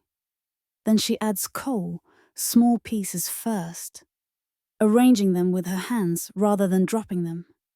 Each movement is careful, deliberate, silent. She'll light this fire later, after the family is awake and has left the room. For now, it's laid and ready. Then comes the chamber pot. This is perhaps the least pleasant of all Sarah's many tasks, but it must be done, and there's no point in dwelling on the unpleasantness. The chamber pot is kept in the cabinet of the washstand, behind a small door. Sarah opens the cabinet door, which creaks slightly despite her care. She pauses, listening, but the breathing from the bed continues undisturbed. Good. She removes the chamber pot. It's made of ceramic, matching the basin and pitcher, decorated with the same blue flowers. It has a lid, which Sarah is grateful for. The lid contains most of the smell. The pot is heavy, full. It was used during the night, perhaps more than once. She carries it out of the room, moving carefully, holding it level so nothing sloshes. The smell is noticeable once she's outside the room with the pot, but not overwhelming. Sarah has long since become accustomed to it. Chamber pots are a fact of life in a house where the only water closets are on the ground floor. At night, or in the early morning, the family uses the chamber pots rather than going all the way downstairs. She carries the pot downstairs, down from the second floor to the first floor, down again to the ground floor, where there's a water closet near the back of the house. This is a relatively modern convenience, installed at the same time as the running water. The water closet is a small room, perhaps 4 feet by 6 feet, with a ceramic bowl set into a wooden seat. There's a cistern above with a chain to flush. Sarah enters the water closet and empties the chamber pot into the bowl. The contents are dark yellow, strong-smelling. She pours in some water from a jug kept in the water closet, specifically for rinsing chamber pots, swishing it around to rinse the pot. Then she flushes, pulling the chain. The cistern gurgles, and water rushes through the bowl, carrying everything away into the pipes that lead to the sewer. She rinses the pot again, more thoroughly this time, using more water. She wipes it dry with a cloth kept for this purpose. The pot must be clean and dry before it's returned to the bedroom. She carries it back upstairs, back to the master and mistress's bedroom. She opens the door again, quietly, and returns the pot to its place in the washstand cabinet. She closes the cabinet door carefully, avoiding the creak. Then she leaves the room, closing the door behind her, and moves to the next bedroom. This process must be repeated for each bedroom in the house. The master and mistress's room is done. Now the guest rooms. There are 2 guest rooms both on the 2nd floor. They're usually unoccupied, and today they are as well. No guests are staying, but Sarah must check them anyway, must carry water to the pitchers, must make sure everything is in order. The guest rooms are colder than the occupied rooms, unheated and unused. The air in them feels stale, undisturbed. Sarah pours water into the pitchers quickly, not bothering to be as quiet as she was in the occupied room. She checks the chamber pots, but they're empty as expected. She checks that the fires are laid, ready to be lit if guests should arrive. Then she moves to the children's room. This room is at the back of the house, overlooking the small courtyard. It's smaller than the master bedroom, but still a good size, with 2 beds, 1 for each child. A boy of 12 and a girl of 10. Sarah knocks, waits, then enters. The children are awake, or at least the boy is. He's sitting up in bed, rubbing his eyes. The girl is still buried under her covers, just a mound of blankets. "Good morning, William," Sarah says quietly. "Morning," the boy mumbles, his voice thick with sleep. Sarah goes to the washstand and pours water into the pitcher. The children are awake, so she doesn't need to be as careful about noise. She attends to the fireplace, laying a fire that she'll light once they've left the room for breakfast. Then she collects the chamber pot from the washstand cabinet. It's heavier than the one in the guest rooms, but not as heavy as the one from the master bedroom. She carries it downstairs, empties it, rinses it, and returns it. When she comes back into the room, the girl is awake too, sitting up in bed, her hair disheveled. Sarah nods to her, then goes to tidy the room a bit. The children have dressed themselves, more or less, but they've left their nightclothes scattered on the floor. Sarah picks these up and folds them, placing them on each bed. She straightens the bed covers, pulling them up and smoothing them out, though she'll make the beds properly later after breakfast, when the children are downstairs. At the washstand, the water in the basin has been used and is now grey with soap and dirt. The children have washed their faces and hands. Sarah carries the basin to a slop bucket in the corner of the room. The slop bucket is a large ceramic container, perhaps 2 feet tall with a lid. It's designed specifically for holding wastewater. Sarah empties the basin into it, tipping it carefully so as not to splash. The grey water gurgles into the bucket. She wipes the basin clean with a cloth, then returns it to the washstand. The slop bucket will be emptied later, carried downstairs and dumped into a drain in the courtyard. For now, she leaves it. She checks around the room for anything else that needs attention. Toys, scattered on the floor. She picks these up and returns them to the toy box in the corner. A few books left open on the table. She closes them and stacks them neatly. The children watch her as she works, but they don't speak to her and she doesn't speak to them. There's a clear boundary between servants and family, even with children. Servants work. Family observes. Conversation is not expected. When the room is tidy, Sarah leaves and moves back to the master bedroom. By now, the master and mistress are beginning to wake. She can hear movement in the room, voices. She doesn't enter. Instead, she goes downstairs to the kitchen. The water in the ranger's tank is hot now, properly hot. She needs to carry this hot water upstairs to be mixed with the cold water she's already placed in the pitchers. She fills 2 large cans with hot water from the tank. The cans are made of copper, with lids and handles. Each hold holds 2 or 3 gallons. They're very heavy when full of hot water, and Sarah must be careful. The water is hot enough to scald. She carries the cans upstairs, 1 in each hand. The handles are wrapped with fabric to protect her hands from the heat, but she can still feel the heat radiating from the cans. The weight pulls at her shoulders. Her arms shake slightly from the effort. She climbs slowly, carefully, pausing on each landing to adjust her grip.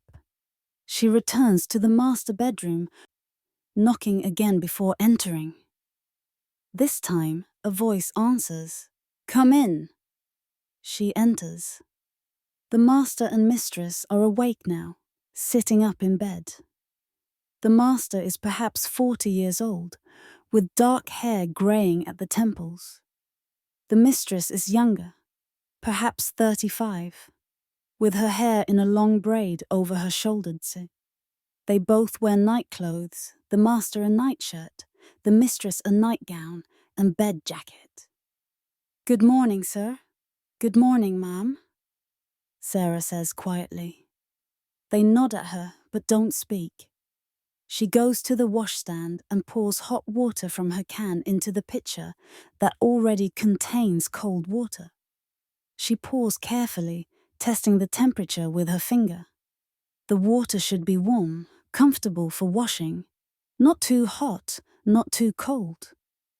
She adds hot water until the temperature feels right. Then she leaves the room, closing the door behind them. They'll wash and dress now in privacy.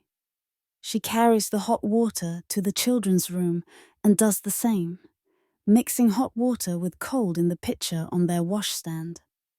The children are still in the room. The boy sitting at a small desk. The girl standing at the window looking out at the courtyard. Sarah works quickly, efficiently, then leaves. By the time she finishes this round of water carrying, it's probably 7:45. She's been working for nearly 3 hours now, carrying water and waste up and down stairs, up and down, dozens of trips. Her arms ache from the weight of the jugs and cans. Her legs ache from climbing stairs. Her back aches from the bending and lifting. She goes back down to the kitchen, setting down the empty cans with relief. Her shoulders throb from the strain. She flexes her fingers, which are stiff from gripping the handles. She allows herself a moment to lean against the kitchen table, just standing still, feeling the ache in her muscles. Just a moment. Then she must move on to the next task. But first, breakfast. The servants' breakfast is about to be served. In the servants' hall, a small room adjacent to the kitchen, the other servants are gathering for breakfast. The servants' hall is perhaps 10 feet by 12 feet, with a long wooden table in the center and benches along each side. At the head of the table is a wooden chair, slightly more substantial than the benches. This is where the housekeeper sits. Mrs. Patterson, the cook, is already there, sitting on one of the benches. She's removed her cooking apron and put on a clean one for the meal. Her face is flushed from working at the hot range.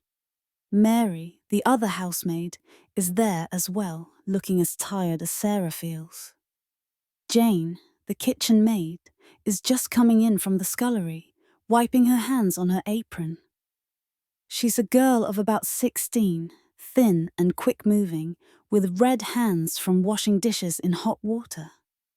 And Ellen, the parlour-maid, enters from upstairs. She's slightly older than Sarah, perhaps 21, and she carries herself with a certain pride. Her uniform is nicer than Sarah's and Mary's, made of better fabric, with lace trim on the collar and cuffs. She works more directly with the family, answers the door when visitors call, serves at table. She considers herself a cut above the housemaids. Mrs. Albright, the housekeeper, is the last to arrive. She's a thin woman in her mid-40s, dressed entirely in black with a white collar.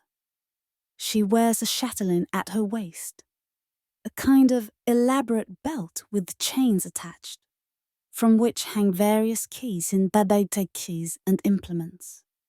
The keys are for the storerooms and cupboards. The implements include scissors, a pencil, and a small notebook. The chatelaine jangles softly as she walks. She sits in the chair at the head of the table, and everyone else sits as well. The table is set simply. Plain white crockery, thick and sturdy, the kind that can withstand daily use. Heavy ceramic mugs, a large brown teapot in the center of the table, chipped at the spout but still functional. A plate of bread, already sliced into thick pieces. A dish of butter, a pot of marmalade. Sometimes there are eggs for the servants' breakfast, but not this morning. This morning it's just bread and butter and marmalade and tea. Simple fare, but adequate. Mrs. Albright pours the tea. This is her privilege as the head of the female servants. In a larger household with a butler he would pour, but in this household there is no butler. The master doesn't consider himself grand enough to require one. Mrs. Albright fills each mug with tea from the teapot. The tea is strong, very strong, nearly black. It's been brewing for some time. Strong tea is preferred in the servants' hall. It's sustaining, warming, fortifying. Sarah takes her mug gratefully. The tea is hot, almost too hot to drink, but she wraps her cold hands around the mug, absorbing the warmth. She takes a slice of bread from the plate and spreads it with butter. The butter is cold, hard, difficult to spread. She scrapes it across the bread, leaving thin streaks. Butter is expensive, and servants are expected not to be wasteful. A thin scraping is sufficient. She adds a small spoonful of marmalade on top of the butter, spreading it carefully to the edges. The marmalade is homemade, made by Miss Patterson in the summer when oranges were available. It's slightly bitter, with chunks of orange peel suspended in the jelly. Sarah doesn't particularly like marmalade, but it's what's available, so she eats it. The meal is eaten in relative silence. There's some quiet conversation, but not much. Everyone is tired. It's early in the day, but already several hours of work have been completed. Mrs. Patterson mentions that she needs to go to the market today. The butcher has promised her a good joint of mutton, and she wants to be there early to ensure she gets it.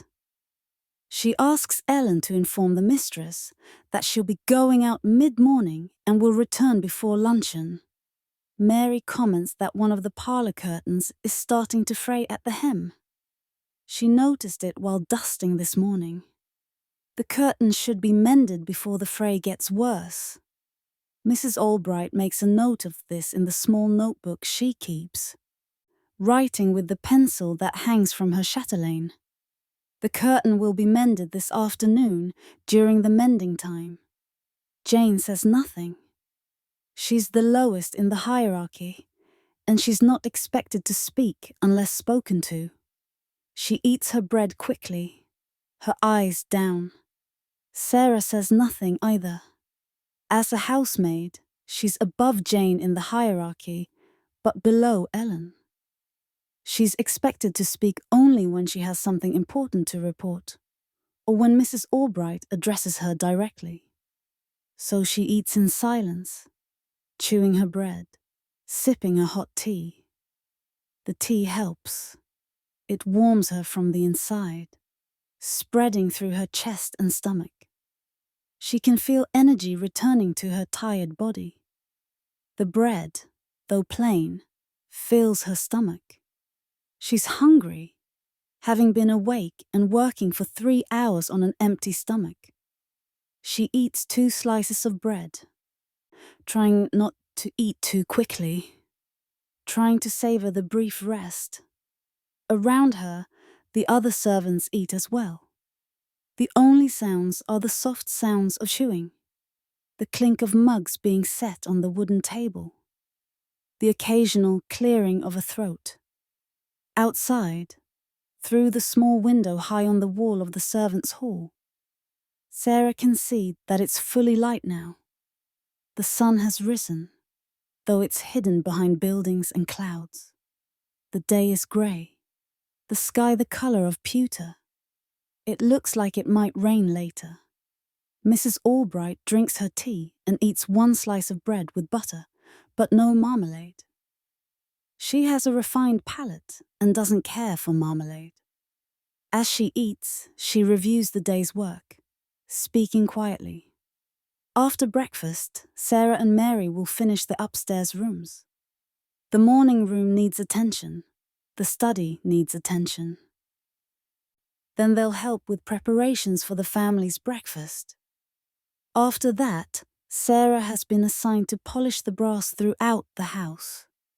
It's Tuesday, and brass is polished on Tuesdays and Fridays.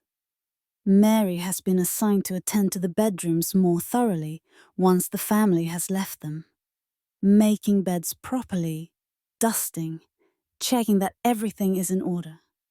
Ellen will be busy with the family, attending to their needs throughout the morning. Jane will be in the scullery, washing dishes and helping Mrs. Patterson as needed. Mrs. Albright doesn't ask if there are any questions. The work is clear. The routine is established. Everyone knows what they must do. The breakfast lasts perhaps 15 minutes. No more. There's no time for lingering over meals. Work waits. Mrs. Albright finishes her tea and stands. This signals that the meal is over.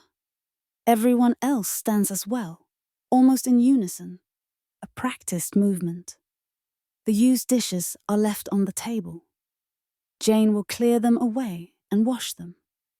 That's her job.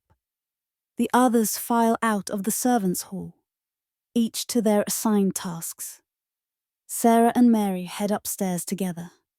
They don't speak, but there's a kind of companionship in their shared work, their shared tiredness. They've been working together for 2 years now, and they've developed an easy rhythm, able to work alongside each other without needing to coordinate verbally. Upstairs, the family is beginning to stir. Sarah can hear footsteps above, voices, the sounds of people moving about. The family's day is beginning, which means the servants' work intensifies. The family breakfast must be prepared and carried upstairs. Sarah and Mary have their tasks to do. In the kitchen, Mrs. Patterson has been preparing the family's breakfast, while the servants ate their own simple meal. The family's breakfast is considerably more elaborate than what the servants had. This is a middle-class household, comfortably prosperous, and the family expects a substantial breakfast to start their day. The menu this morning includes eggs, 4 eggs to be exact, 1 for each member of the family. The eggs must be boiled for exactly 4 minutes, no more, no less. The master is particular about his eggs. He likes them what he calls just right, with the white fully set, but the yolk still liquid. 4 minutes achieves this perfectly. Mrs. Patterson has a system for the eggs.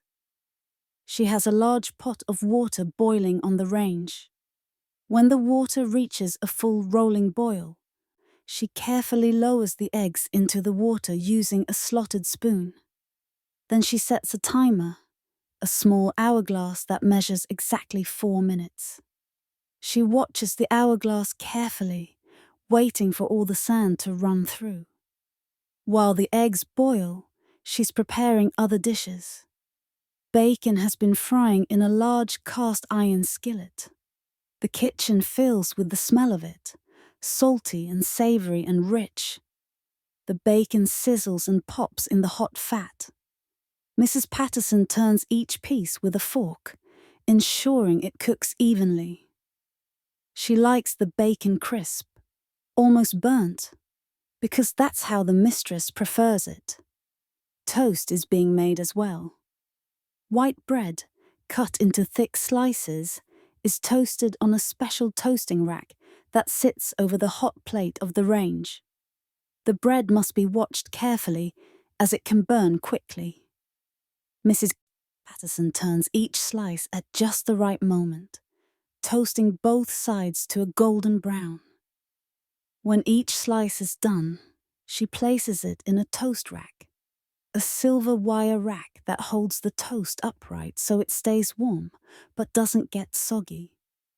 Butter is in a covered butter dish, a small ceramic pot with a lid.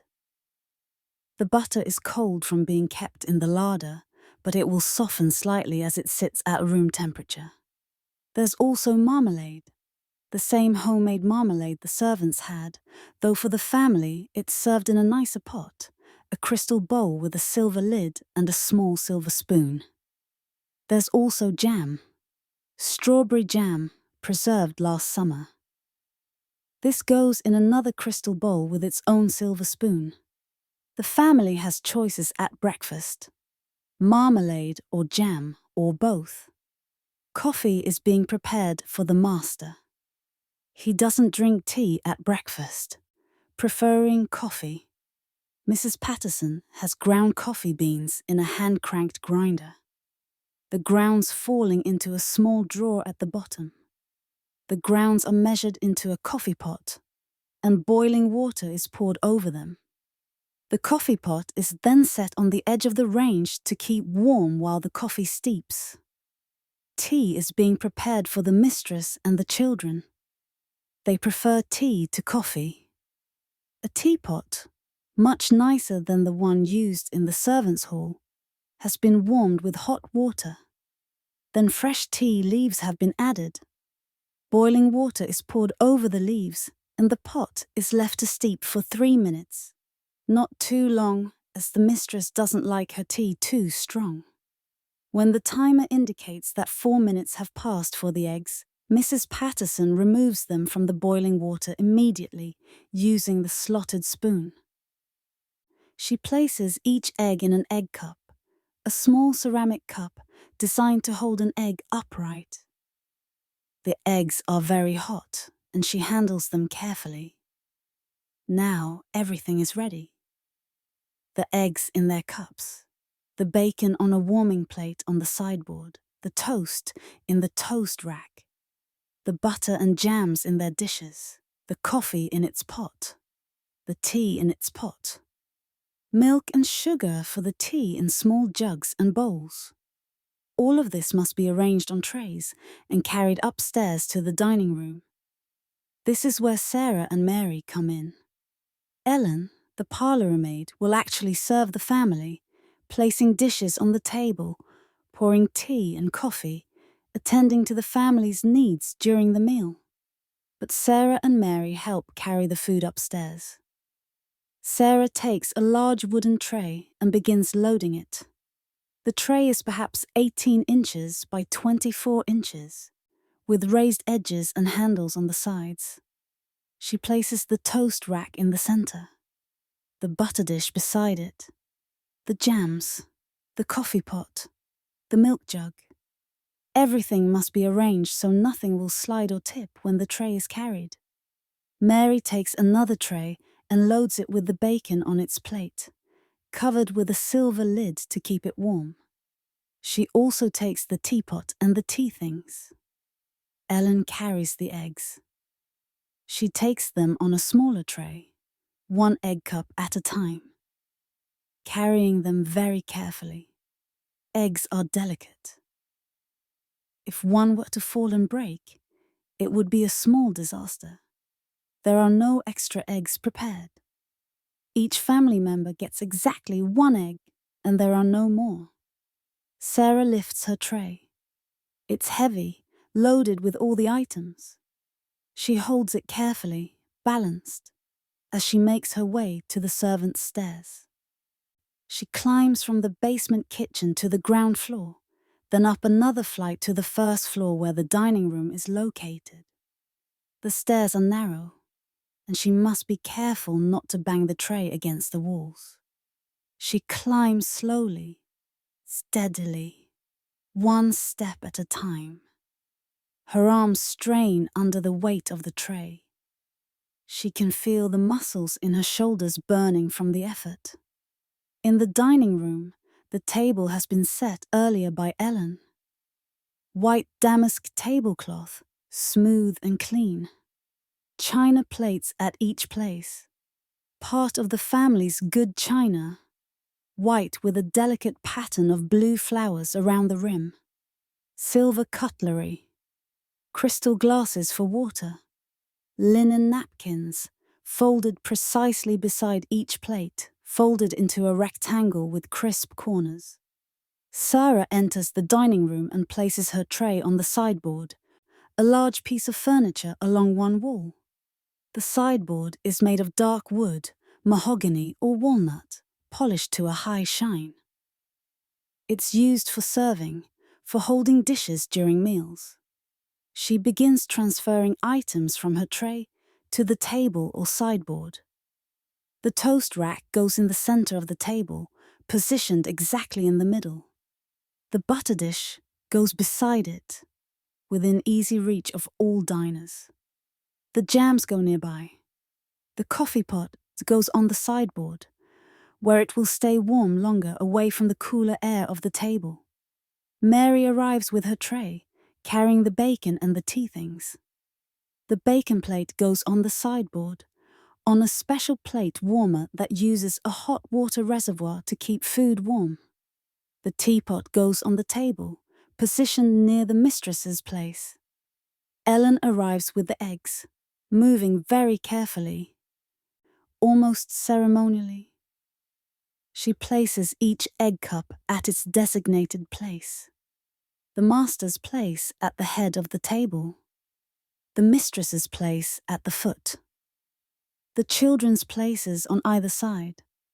The 3 of them work quietly, efficiently, moving around each other in a kind of choreographed dance. They've done this so many times that they rarely need to speak to coordinate their actions. Each knows her role, knows where each item should go. Ellen makes final adjustments to the table setting. She straightens a knife that's slightly crooked, realigns it so it's parallel to the edge of the table. She adjusts a napkin that's not perfectly aligned with the plate. She checks the egg cups, making sure each is stable in its place, not wobbling. She's particular about these things, and she has a right to be. Her job is to ensure everything is perfect before the family enters. When everything is ready, every item in place, every detail perfect. Ellen rings a small silver bell that sits on the sideboard. The bell makes a clear, pleasant ringing sound. This signals to the family that breakfast is served, that they may come to the dining room now. Within a minute or 2, the family begins to arrive. The master first, dressed now in his day clothes, a dark suit with a waistcoat. The children next, the boy in a short jacket and trousers, the girl in a day dress with a pinafore. The mistress last, wearing a morning dress of pale blue cotton, her hair done up in a neat chignon.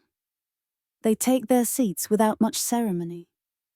This is breakfast, after all, not dinner. Breakfast is less formal. They settle into their chairs, and Ellen immediately begins to serve. She takes the coffee pot from the sideboard and pours coffee for the master, filling his cup 3/4 full, exactly as he likes it. She returns the pot to the sideboard and brings him a small jug of cream. He adds cream to his coffee, stirring it with a silver spoon. Ellen pours tea for the mistress and the children, adding milk and sugar according to each person's preferences. The mistress takes her tea with just milk, no sugar. The children both take milk and 1 lump of sugar each. The family begins to eat. They take toast from the rack, butter it, spread jam or marmalade according to their preference. Ellen brings the plate of bacon from the sideboard and offers it to each person. They serve themselves, taking pieces of bacon onto their plates with a silver serving fork. The eggs are eaten with special egg spoons, small spoons made of silver. Each person taps the top of their egg with the spoon, cracking the shell, then uses the spoon to scoop out the soft yolk and white from inside. Ellen stands near the sideboard, ready to attend to any need. If someone needs more tea, she pours it. If someone drops a spoon, she provides a clean one. If someone needs anything at all, she's there to provide it immediately. Sarah and Mary are not needed during the actual meal. Ellen will handle everything. So they leave the dining room, heading back downstairs to the kitchen. In the kitchen, Mrs. Patterson is already beginning preparations for luncheon. The household's day revolves around meals. Breakfast, luncheon, tea, dinner. Each meal requires hours of preparation, service, and cleanup. There's always a next meal to think about, to prepare for. But Sarah isn't involved in meal preparation. That's Miss Patterson's domain, with help from Jane. Sarah's work lies elsewhere. She has more cleaning to do. She consults briefly with Mary, and they divide the remaining morning tasks. Mary will finish attending to the upstairs rooms, making beds properly, dusting, tidying. Sarah will begin polishing the brass throughout the house. Today is Tuesday, and Tuesday is one of the brass polishing days. They separate, each to her assigned work. The rhythm of the day continues. Task after task. Room after room. Hour after hour. Sarah heads to the housemaid's closet to fetch her brass polishing supplies. Her arms still ache from carrying water and trays. Her feet ache from climbing stairs. Her back aches from bending and kneeling. But the day is only about 1/3 over. There are many more hours of work ahead. Brass polishing is a weekly task in most households. But in this house, the mistress prefers it done twice a week, on Tuesdays and Fridays. The mistress likes everything to shine, likes the house to look prosperous and well-maintained. Shining brass is a sign of a well-run household, and the mistress is proud of her home. So on Tuesdays and Fridays, Sarah spends a significant portion of her morning polishing brass. It's tedious work, repetitive, but there's a satisfaction in it. A satisfaction in taking something dull and making it gleam. She fetches her supplies from the housemaid's closet. A tin of brass polish, about the size of a small can, with a tight-fitting lid. Several soft cloths, each one clean, kept specifically for polishing. A small brush, with stiff bristles for getting into crevices and detailed areas. A bowl of water for rinsing. She also brings a sacking apron, even rougher and more protective than her regular apron. Brass polish stains clothing easily, turning fabric an unpleasant pinkish color that never quite washes out. The sacking apron will protect her white cotton apron underneath. She ties the sacking apron over her regular apron, knotting the strings at her back. Then she collects her supplies in a wicker basket and heads upstairs. The house has brass everywhere. This is a well-appointed middle-class home, and brass is considered fashionable, elegant. Doorknobs on every door, both upstairs and down. Light fixtures in every room and hallway. Fire irons beside each fireplace. Coal scuttles, trivets. The letterbox on the front door. Stair rods holding down the carpet on the stairs. Decorative plates on the walls. Lamp bases. Picture frame corners. Even small brass feet on some pieces of furniture. Sarah begins methodically, starting on the ground floor and working her way up. She'll do all the brass on each floor before moving to the next. This way, she won't miss anything or waste time going back and forth. She starts in the entrance hall with the letterbox. The letterbox is mounted on the inside of the front door. A rectangular brass frame with a hinged flap through which letters are delivered from outside. It's one of the most visible pieces of brass in the house, the first thing visitors see when they enter. So it must be particularly bright and shiny. She sets down her basket of supplies on the hallway floor and kneels before the door. The letterbox is at waist height when standing, which means at head height when kneeling. A convenient position for working. She opens her tin of brass polish. The smell hits her immediately, sharp and slightly acidic. The polish is pink, a distinctive color, with the consistency of thick paste.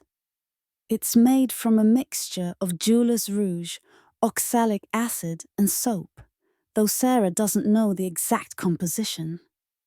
She only knows that it works, that it removes tarnish, and brings out the shine in brass. She dips her cloth into the polish, gathering a small amount on the fabric. Then she begins rubbing the brass letterbox. She uses circular motions, applying firm pressure, working the polish into the metal. At first, the polish just seems to make the brass look worse, duller, as if she's spreading grime rather than removing it. But she knows this is temporary, part of the process. She keeps rubbing, covering every part of the brass frame. The hinges, the edges, the decorative details stamped into the metal. The cloth begins to turn black as it picks up the tarnish from the brass. Tarnish is a natural process, a chemical reaction between the brass and the air, and it happens quickly. Even though Sarah polished this letterbox just 3 days ago, on Friday, it's already developed a thin layer of tarnish. Not heavily tarnished, not obvious to a casual observer, but visible up close. The brass has lost its gleam, taken on a slightly matte appearance. She works the polish into every crevice, every corner. The small brush helps here, getting into the detailed areas where her cloth can't reach. She dips the brush into the polish and works it into the tight spaces, scrubbing gently but firmly.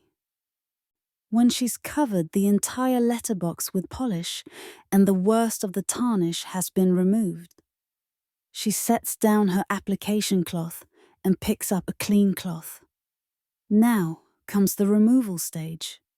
She wipes away the polish, rubbing firmly. The polish comes off in pinkish-black streaks, taking the tarnish with it. She keeps rubbing, going over every area, making sure all the polish is removed. Polish left on brass will create streaks and spots, ruining the finish. She dips her cloth into the bowl of water, wrings it out, and wipes the brass again, using the damp cloth to remove any last traces of polish. The water in the cloth helps remove residual polish and leaves a cleaner surface. Then she takes a dry cloth and begins buffing. This is when the real shine appears. The brass begins to glow, warm and golden. She buffs vigorously, the cloth moving quickly back and forth over the metal. The letterbox becomes brighter and brighter, catching and reflecting the light from the windows. After several minutes of buffing, the brass practically glows, mirror bright, golden, beautiful. One piece done. Approximately 30 or 40 more to go throughout the house. She stands, gathering her supplies, and moves to the next piece. The doorknob on the door to the drawing room. She kneels again, this time in front of the door. The knob is made of solid brass, shaped like a sphere, about 2 inches in diameter, with decorative engraving around the equator. A ring of leaves, cast into the metal, encircling the knob.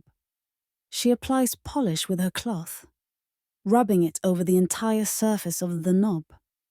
The knob must be held with one hand while the other hand polishes, which is awkward. She wraps her hand around the knob, holding it steady, while her other hand works the polish in. The engraved details are tricky.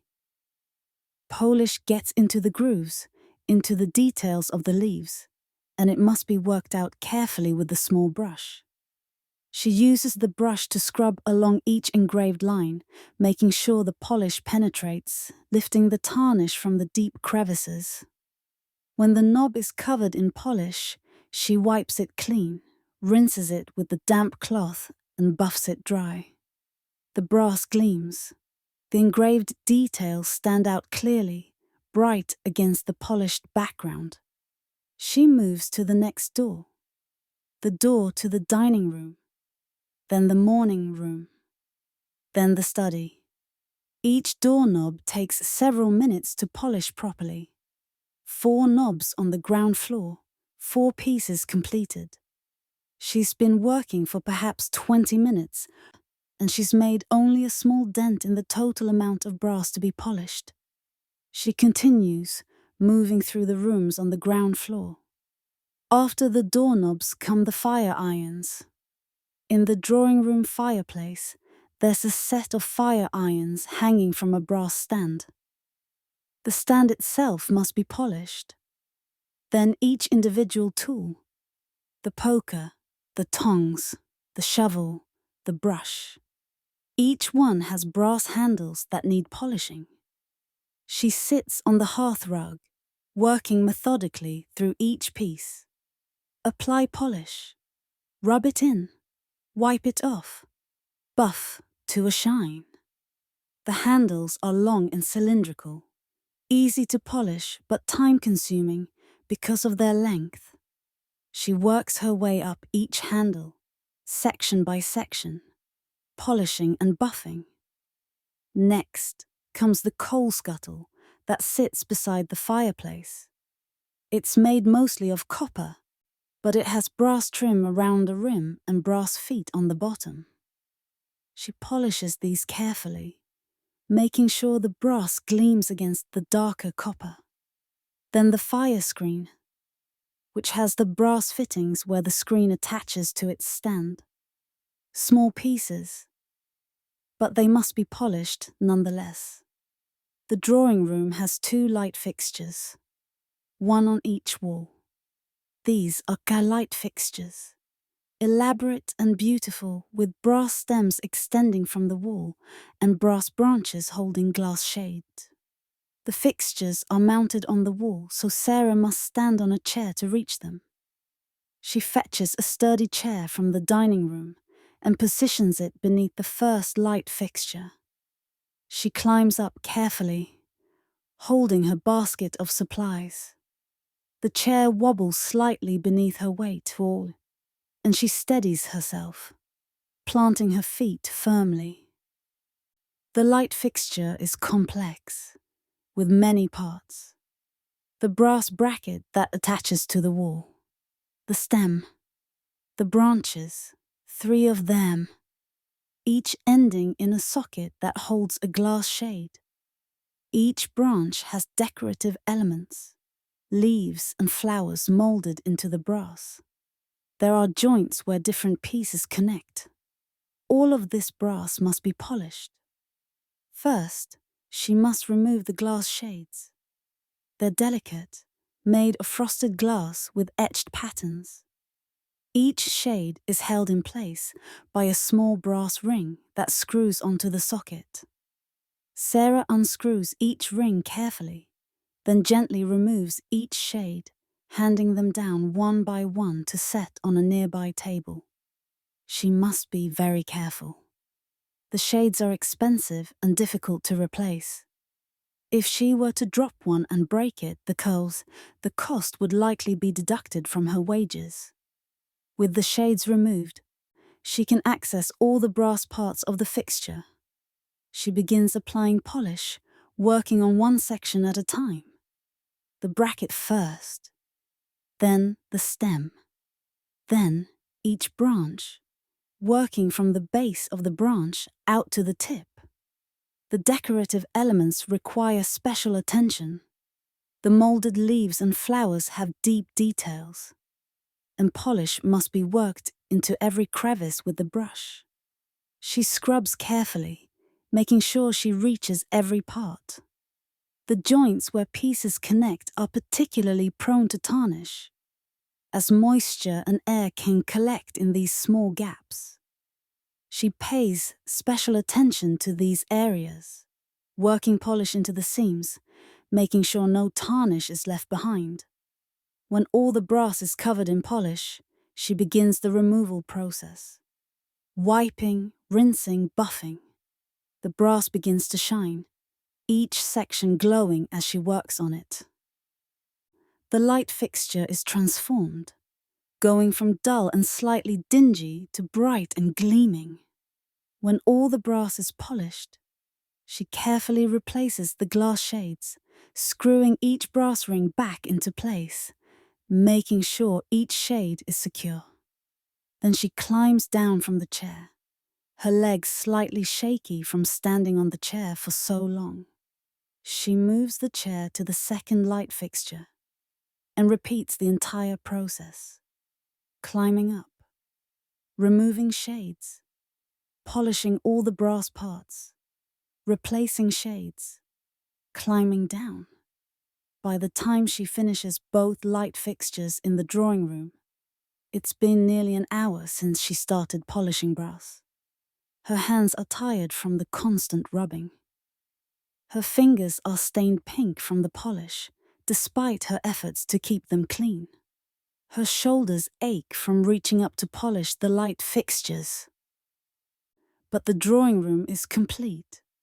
All the brass in this room now shines, catching the light from the windows, gleaming gold and warm. She moves to the dining room and begins the process again. Doorknob first, then the fire irons, then the brass feet on the sideboard, then the light fixture. Each piece taking time, requiring attention and effort. The work is hypnotic in its repetition. Apply polish. Rub, wipe, rinse. Buff. Apply polish. Rub, wipe, rinse. Buff. Over and over, piece after piece. Her mind drifts as she works. This is one of the few times during the day when her work is so routine that her mind can wander.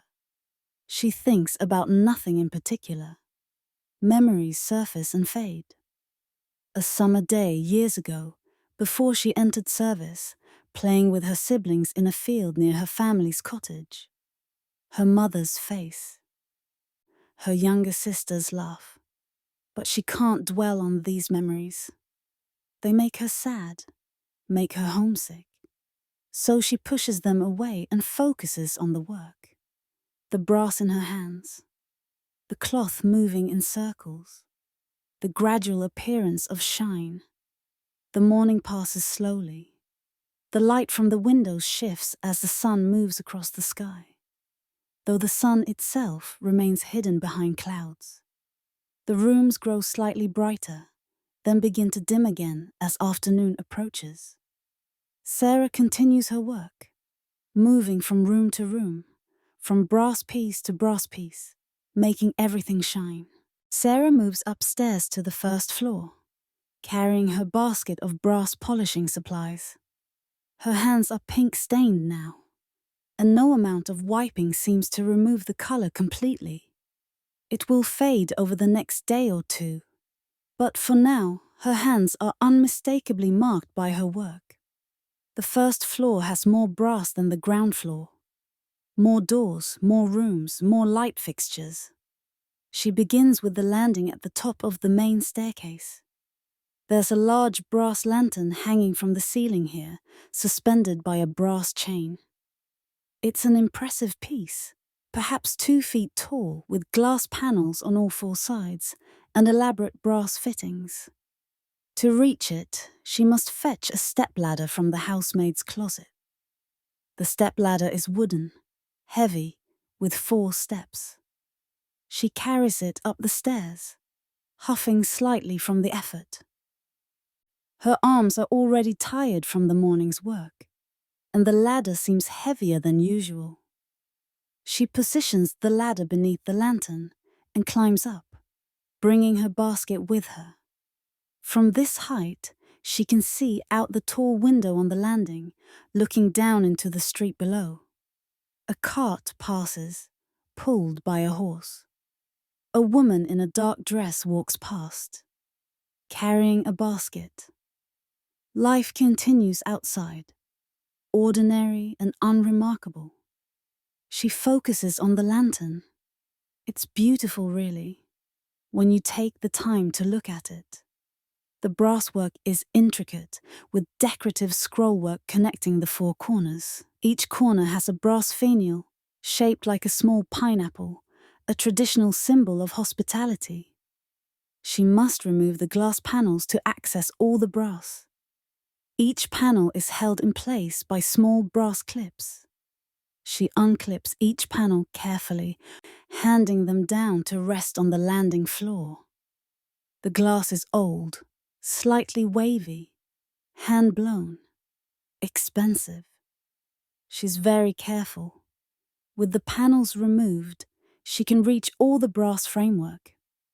She applies polish methodically, working on one section at a time. The chain from which the lantern hangs is also brass, and each link must be polished. This is tedious work. There are perhaps 30 links in the chain, each one needing individual attention. She works her way down the chain, link by link, applying polish, wiping, buffing. Her arms ache from holding them above her head. The stepladder is not quite tall enough, and she has to stretch to reach the highest links. Her neck begins to hurt from looking up for so long. But she perseveres.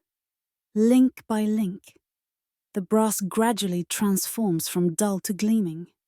When the chain is done, she works on the lantern body itself. The frame, the corner posts, the finials, the decorative scrollwork. The process takes nearly half an hour. When she's finished, she carefully replaces the glass panels, making sure each clip is secure. Then she climbs down from the ladder, her legs slightly shaky from standing on the ladder for so long. She moves the ladder to the next light fixture, on the wall of the first floor hallway, and then to the next. There are 4 wall-mounted fixtures on this floor wall, and she must polish each one.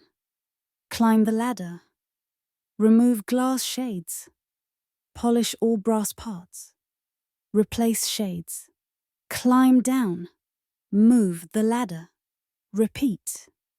Her shoulders burn from the repeated reaching and polishing. Her hands are cramping from gripping the polishing cloth. But she continues, working through each fixture methodically.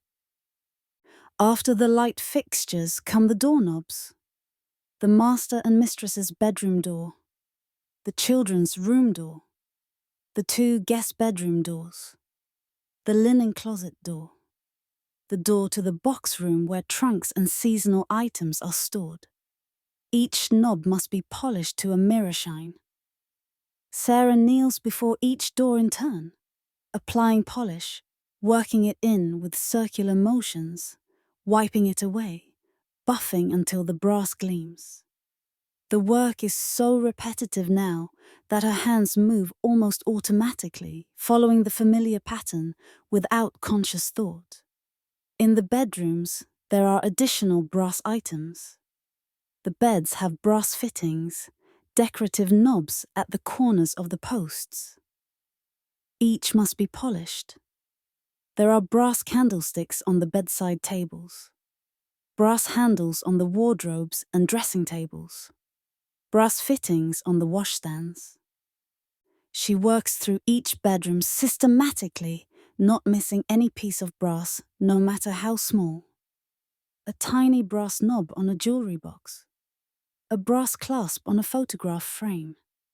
Everything must shine. The children's room has brass hoops leaning against the wall. Toys the children roll along the ground with sticks. Even these must be polished, the brass gleaming for when the children next play with them.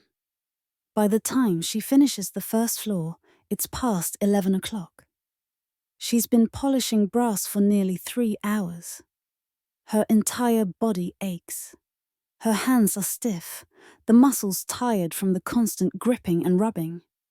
Her back aches from all the kneeling and bending. Her shoulders burn from the reaching and polishing overhead. Now comes the second floor. The attic floor where the servants sleep. There's less brass up here, thankfully. The servants' doors have simple iron knobs, not brass. But there are still some brass items. A few oil lamps with brass bases. Some brass hooks on the walls. The stair rods on the attic stairs. The stair rods are particularly tedious. These are brass rods that hold the stair carpet in place, fitted into brackets at each side of each step. There are perhaps 20 steps leading up to the attic, which means 20 brass rods. Each rod must be polished where it's visible, which means working around the carpet. Sarah sits on each step in turn, polishing the exposed ends of the rod on that step, then moving down to the next step. Sit, polish, move. Sit, polish, move. Down the stairs, one step at a time, until all the visible brass gleams. Finally, she descends to the ground floor one last time to polish the final pieces. The brass letter plate on the outside of the front door, which she must step outside to polish.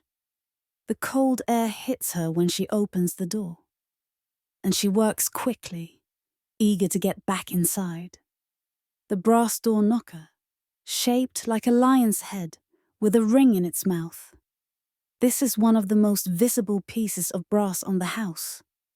What visitors see when they approach, so it must be especially bright. And finally, the brass boot scraper beside the front door, used by visitors to clean their shoes before entering. When the last piece is polished and gleaming, Sarah gathers her supplies and returns them to the housemaid's closet. She empties the dirty water from her bowl into the slop sink. She rinses her cloths in clean water and hangs them to dry. The brass-polished tin is nearly empty now, scraped down to the last thin layer of pink paste. She'll need to request a new tin from Mrs. Albright soon. She removes her sacking apron and hangs it on its hook. Her regular white apron underneath is somehow still relatively clean, protected by the sacking. She washes her hands at the pump, scrubbing with soap, trying to remove some of the pink staining. The color fades slightly but doesn't disappear. She dries her hands on a towel and examines them, pink-stained, rough from the work. The nails rimmed with brass polish despite her efforts. But the brass throughout the house now gleams, every piece shining, catching the light, glowing golden and warm. The work is done. The house looks prosperous, well maintained, cared for, which is exactly what the mistress wants. Sarah checks the time on the kitchen clock. Nearly noon. Time for the midday routine to begin. The family has been downstairs for several hours now, in the morning room and the study, going about their daily activities. This means the bedrooms are empty, and Sarah can now attend to them properly. During her earlier visit, when she brought water and emptied chamber pots, she only did the minimum necessary while the family was still present or just waking. Now she can do the thorough work. She climbs the stairs to the second floor once more. Her legs protest with each step. She's climbed these stairs dozens of times already today, and each ascent becomes slightly harder. But she continues, one foot in front of the other, gripping the banister for support. She begins with the master and mistress's bedroom. The door is open now, and she enters without knocking. The room smells of lavender soap and the faint scent of the master's hair oil. The bed is unmade, the covers thrown back where the couple left them when they rose. Personal items are scattered about. A book on the bedside table. The mistress's hairbrush on the dressing table with a few strands of hair caught in the bristles. First, Sarah attends to the fire. It was laid earlier but not lit. Now she lights it, striking a match and touching it to the paper and kindling. The fire catches quickly, flames spreading through the kindling. She watches for a moment to ensure it's burning well, then adds a few pieces of coal. While the fire establishes itself, she begins tidying the room. She makes the bed first, pulling the sheets tight and smooth, tucking them in at the corners with precise hospital corners that she learned in her first position. The blankets are pulled up and smoothed, every wrinkle eliminated. The counterpane, a thick quilted coverlet, goes on top, arranged perfectly so it hangs evenly on all sides. She plumps the pillows, shaking them to redistribute the feathers inside, then arranges them at the head of the bed, positioned just so against the headboard. The mistress's nightgown is draped over a chair. Sarah folds it and places it under the pillow on the mistress's side of the bed. The master's nightshirt is similarly folded and placed under his pillow. On the washstand, the water in the basin has been used for washing and is now grey and soapy. Sarah carries the basin carefully to the slop bucket in the corner and empties it. The basin is heavy, and she must tilt it slowly to avoid splashing. The grey water gurgles into the slop bucket, which is now nearly full. She'll need to empty it soon. She wipes the basin clean with a cloth, then wipes the washstand itself, removing water spots and soap residue from the marble top. She refills the water pitcher from the jug she's brought up, ensuring there's clean cold water available should anyone need it during the day. The chamber pot needs attention again. It was emptied early this morning, but it's been used again since then. Sarah carries it downstairs, empties it, rinses it thoroughly, and returns it to its place. She checks the wardrobe, making sure the mistress's dresses are hanging properly, not crushed or wrinkled. She straightens a dress that's hanging askew. On the dressing table, she organizes the mistress's personal items. Hairpins are collected and returned to their box. The hairbrush is placed in its proper position. A small bottle of perfume that was left unstoppered is capped to preserve the scent. She dusts the furniture surfaces, wiping away the fine layer of dust that accumulates daily. The bedside tables, the tops of the wardrobe and chest of drawers. The windowsill, the mantelpiece. She checks the carpet, looking for any debris or dirt. She finds a few small pieces of lint near the wardrobe and picks them up. She straightens the hearth rug, which has been kicked slightly askew. The fire is burning well now, warming the room. The coal glows red in the grate. Sarah adds a few more pieces to ensure it will burn for several hours. Finally satisfied that the room is in perfect order, she moves to the children's room. This room is messy as children's rooms always are. The beds are unmade, covers thrown back haphazardly. Toys are scattered across the floor. Books are piled on the small desk in the corner. Clothing is draped over chairs. Sarah begins the same process.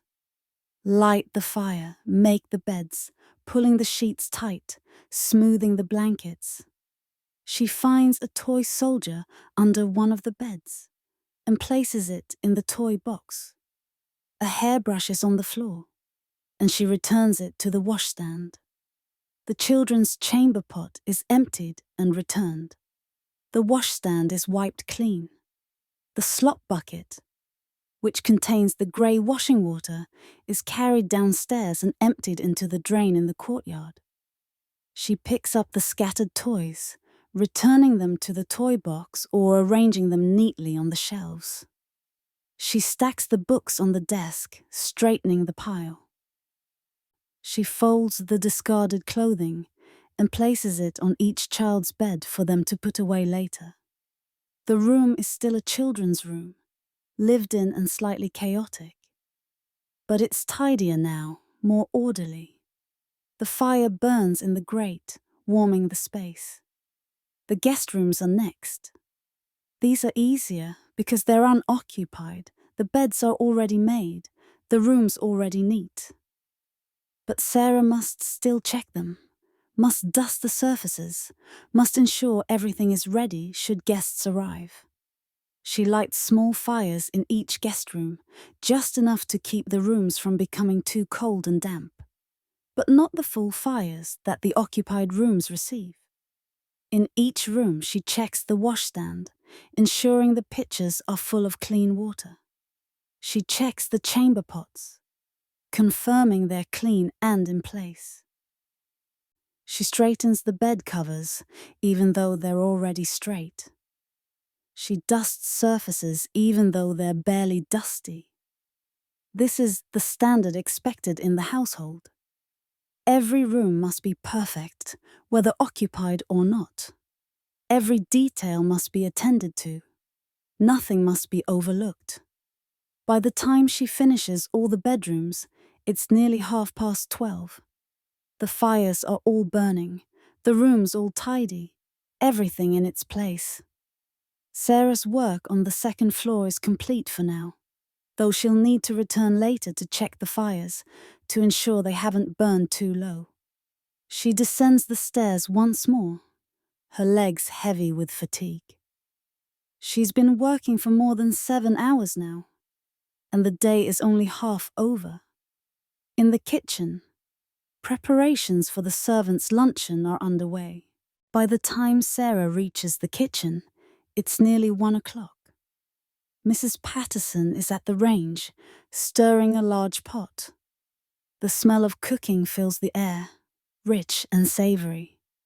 It's mutton stew for the servants' luncheon, made with leftover mutton from the family's dinner 2 nights ago, along with vegetables from the larder. Onions, carrots, turnips, all simmering together in a thick gravy. Sarah sits at the kitchen table, allowing herself a moment of rest. Just a moment. Her feet throb, her legs ache, her shoulders burn. She's hungry, her stomach empty except for the bread and tea from breakfast hours ago. The smell of the stew makes her mouth water. Mary is already in the kitchen, sitting at the table as well.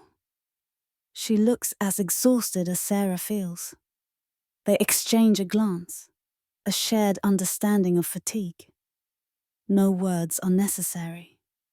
Jane, the kitchen maid, is at the scullery sink, washing pots and pans from the morning's cooking.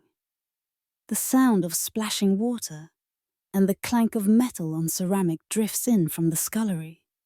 Jane is always washing dishes, it seems. Her hands are perpetually red and wrinkled from the hot water. Mrs. Albright enters the kitchen, her chatelaine jingling. She surveys the room with her sharp eyes, taking in the scene. She nods, satisfied that everyone is where they should be, doing what they should be doing. "The family's luncheon is ready, she asks Mrs. Patterson. "Yes, ma'am. Cold roast beef, bread, cheese, pickles, all prepared and ready to be carried up." "Good. Ellen?" Ellen appears from the servants' hall where she's been setting the table for the servants' meal. "Yes, Mrs. Albright. See to the family's luncheon. Sarah, Mary. Help her carry the food upstairs." They rise immediately, despite their fatigue. Rest is over. Work continues. In the kitchen, the family's luncheon is arranged on the trays. Cold roast beef, sliced thin and arranged on a platter. Fresh bread, both white and brown, sliced and arranged in a basket lined with a white linen napkin. A wedge of cheese on a small board with a cheese knife. Pickles in a glass dish, onions and cucumbers preserved in vinegar. A jug of water, butter in its dish, salt and pepper in silver shakers. Sarah takes a tray with the bread and butter. Mary takes a tray with the beef and cheese. Ellen takes the pickles and water. They carry everything upstairs in procession, climbing the familiar stairs once more. In the dining room, the table has been set with simple lunch settings. Just plates and cutlery, nothing elaborate. Luncheon is a simpler meal than dinner, requiring less ceremony. They arrange the food on the sideboard. The family will serve themselves today, as they sometimes do for luncheon when there are no guests. Ellen will remain in the room to attend to any needs, but the meal is more informal than breakfast or dinner. Ellen rings the bell to summon the family. Within a minute, they begin to arrive. The children first, laughing about something, their voices bright and cheerful. The mistress next, carrying a piece of embroidery she's been working on. The master last, still reading a letter, his brow furrowed in concentration. They take their seats, and Ellen begins to serve. Sarah and Mary return downstairs, their part in the family's luncheon complete. In the servants' hall, the table is set for the servants' meal. The same plain white crockery, the same thick mugs. Mrs. Albright takes her place at the head of the table.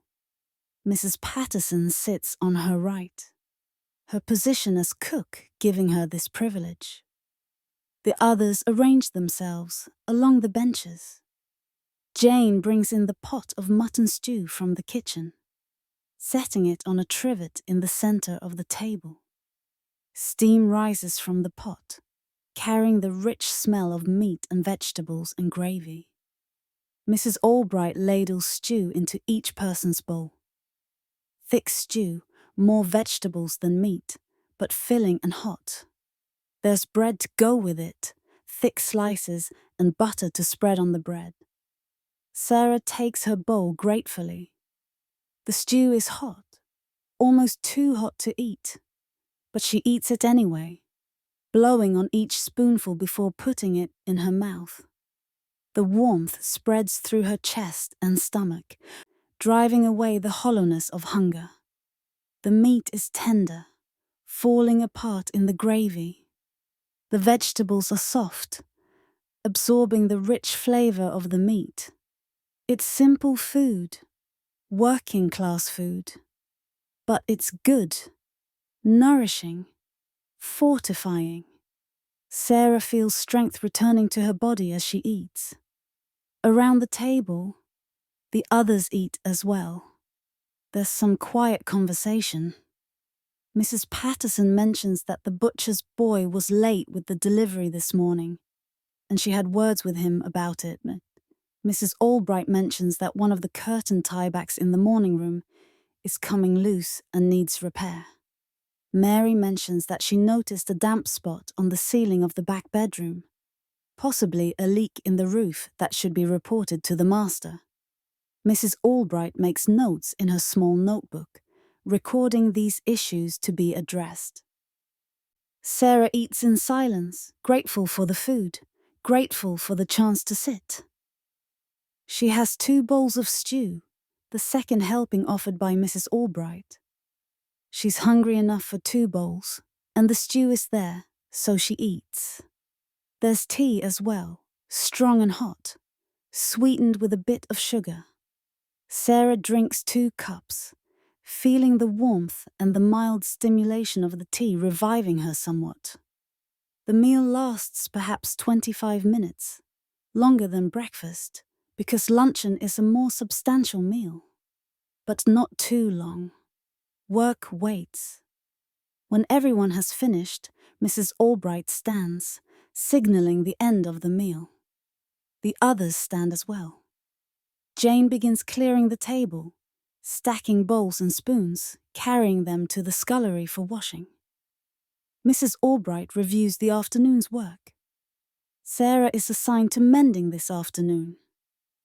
There are several items of household linen that need repair, and this is a good time to attend to them. Mary will help Jane in the scullery, and then attend to some tasks in the still room, making sure the preserves and stored goods are properly arranged. Ellen will attend to the family's needs as required. Later, around 3 o'clock, preparations for tea will begin. But for now, for the next hour or so, Sarah has her mending work. She goes to fetch the mending basket from the linen cupboard and takes it to the servants' hall, where there's good light from the window and a comfortable chair. The afternoon's work begins. Sarah settles into the wooden chair in the servants' hall, the mending basket beside her on the floor. The basket is made of wicker worn smooth with age, and it's nearly full. Household linens are constantly in need of repair. Sheets wear thin from washing. Pillowcases develop frayed edges. Tablecloths tear. Tea towels develop holes. All of it must be mended, repaired, made serviceable again. Nothing is wasted in a household like this. Everything is used until it absolutely cannot be used any longer. She begins by sorting through the basket, assessing what needs to be done. There's a pillowcase with a frayed edge, the fabric worn thin from countless washings. A tablecloth with a small tear near one corner, probably caught on something and ripped. A sheet with a worn spot in the center, where the fabric has become so thin it's almost transparent. Several tea towels with small holes. A dishcloth that's coming apart at the seam. Sarah decides to start with the pillowcase. She takes it from the basket and examines it carefully in the light from the window. The fabric is white cotton, now yellowed slightly with age, despite regular washing. The edge is frayed for about 2 inches, the threads unraveling. If left unrepaired, the fray will continue to spread, making the pillowcase unusable. She fetches her sewing basket from the cupboard. It's a small wooden box with a hinged lid containing all her sewing supplies. Needles of various sizes in a cloth needle case. Thread in several colours, though mostly white and black, the most useful colours. A small pair of scissors, a thimble, a pincushion, a measuring tape. Everything she needs for mending. She selects a needle, not too large, not too small. Threading the needle takes several attempts. The eye of the needle is small and the white thread is difficult to see against the white fabric of her apron. She squints, holding the needle up to the light, finally managing to guide the thread through the eye. She ties a small knot at the end of the thread. For the frayed edge of the pillowcase, she decides to turn a small hem, folding the fabric over to hide the frayed edge and reinforce the weak area. She folds the edge over twice, creating a narrow hem about a 1/4 inch wide. She pins it in place with straight pins, spacing them evenly along the hem. Now comes the actual sewing. She positions the thimble on the middle finger of her right hand, the metal thimble that will protect her finger as she pushes the needle through the fabric. She begins to sew with small even stitches, each stitch perhaps 1/8 of an inch long. The stitches must be small and tight to be strong. Large, loose stitches would come undone quickly with use and washing. She works slowly, methodically, focusing on making each stitch perfect. The needle pierces the fabric, pushed through by the thimble. She pulls the thread through, careful not to pull too tight, which would pucker the fabric. She makes the next stitch and the next, working her way along the hem. The work is quiet, meditative. The only sounds are the faint sounds of the house around her.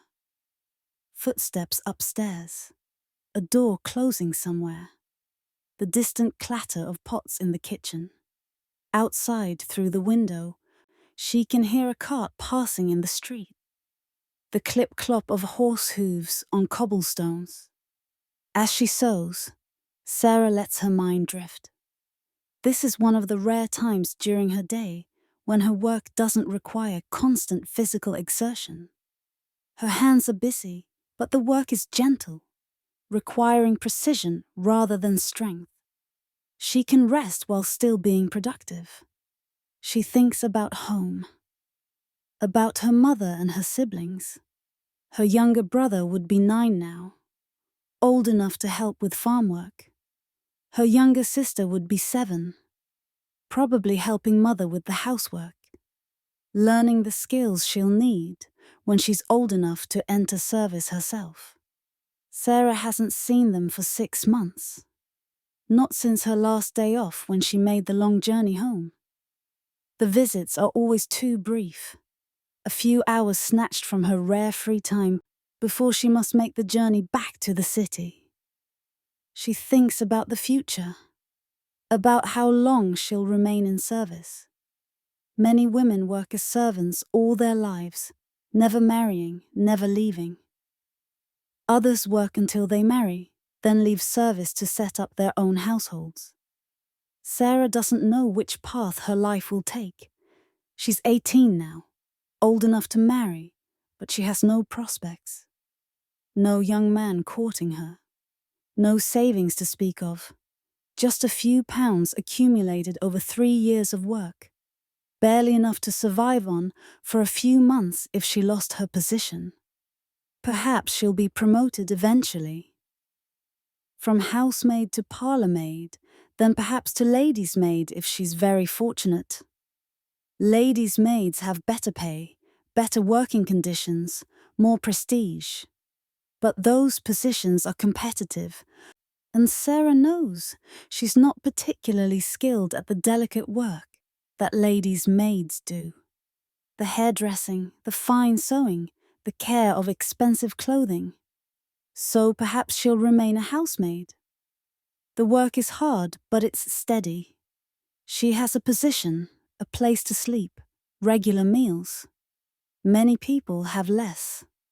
The pillowcase hem is complete. She removes the pins and examines her work. The stitches are small and even, barely visible. The hem is neat and straight. Good. She ties off the thread with a small knot, cuts it with her scissors, and sets the pillowcase aside.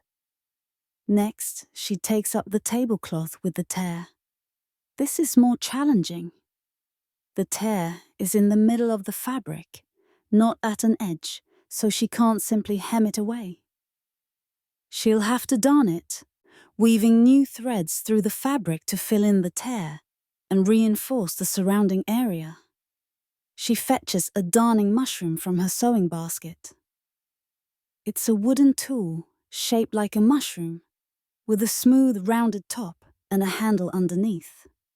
She positions the mushroom under the tear, stretching the fabric over the smooth surface. This provides a firm, smooth surface to work against and keeps the fabric taut while she darns. She threads her needle with thread that matches the color of the tablecloth as closely as possible. The tablecloth is white linen, so white thread will blend in best. She begins by creating a series of parallel stitches across the dana, working from one side to the other. Each stitch goes through the fabric on one side of the tenor, crosses the tawa and goes through the fabric on the other side, pulling the two edges together and filling in the gap.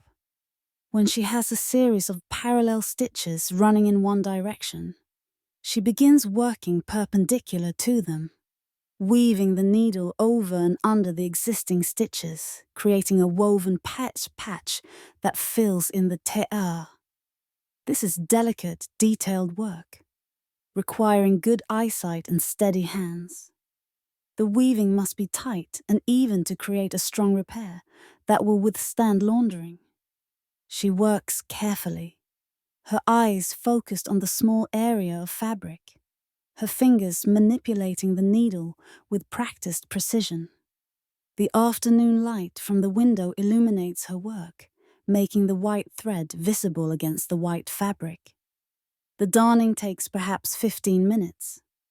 When it's complete, she removes the darning mushroom and examines the repair. The tear is closed, filled in with the woven patch. From a distance, it's barely noticeable. Up close, you can see where the repair has been made, but it's neat and will hold. The tablecloth can continue to be used. She moves on to the next item. The sheet with the worn spot. This is more difficult. The worn spot is large, perhaps 6 inches across, where the fabric has become so thin from wear that it's almost transparent. Eventually, it will develop a hole. The sheet could be darned, but a darned patch that large would be uncomfortable to sleep on, lumpy and rough. Sarah decides instead to patch it, sewing a piece of new fabric over the worn area to reinforce it. She fetches a piece of white cotton from the scrap bag, a bag kept specifically for saving scraps of fabric for repairs. She cuts a square of fabric slightly larger than the worn area, then pins it in place over the worn spot. She begins to sew around the edges of the patch, using small, neat stitches to attach it to the sheet. The patch must be sewn securely, as sheets endure a lot of stress during use and washing. She works her way around all 4 edges, making sure the patch is firmly attached. When she's finished, she examines the sheet. The patch is visible, but it's neat and will serve its purpose. The sheet can continue to be used for several more years, probably. Eventually, when it becomes too worn and patched to be usable as a sheet, it will be demoted to other uses. Cut up for dusters, used for wrapping items in storage. Nothing is wasted. She continues through the mending basket, item by item. The tea towels with holes are darned. The dishcloth with the split seam is re-sewn. A napkin with a stain that won't come out is marked to be used in the servants' hall rather than in the dining room. The afternoon passes slowly. The light from the window shifts as the sun, hidden behind clouds, moves across the sky. The room grows slightly dimmer. Outside, the day is drawing toward late afternoon. Sarah's eyes begin to tire from the clothes work. The constant focus on tiny stitches strains her vision. She blinks, rubs her eyes, continues working. Finally, around 3 o'clock, Mrs. Albright appears in the doorway of the servants' hall. "Sarah?" "It's time to prepare for tea." Sarah sets aside her sewing, grateful for the change of task. Her eyes are tired, and her fingers are slightly stiff from the repetitive motion of sewing. She stands, stretches her back, and follows Miss Albright toward the kitchen. Tea service is about to begin. Tea is served at 4 o'clock every afternoon in this household, as it is in most respectable middle and upper-class Victorian homes. It's a ritual, a tradition, a break in the day when the mistress can relax, perhaps receive visitors, perhaps simply enjoy a quiet hour with a book and a cup of tea.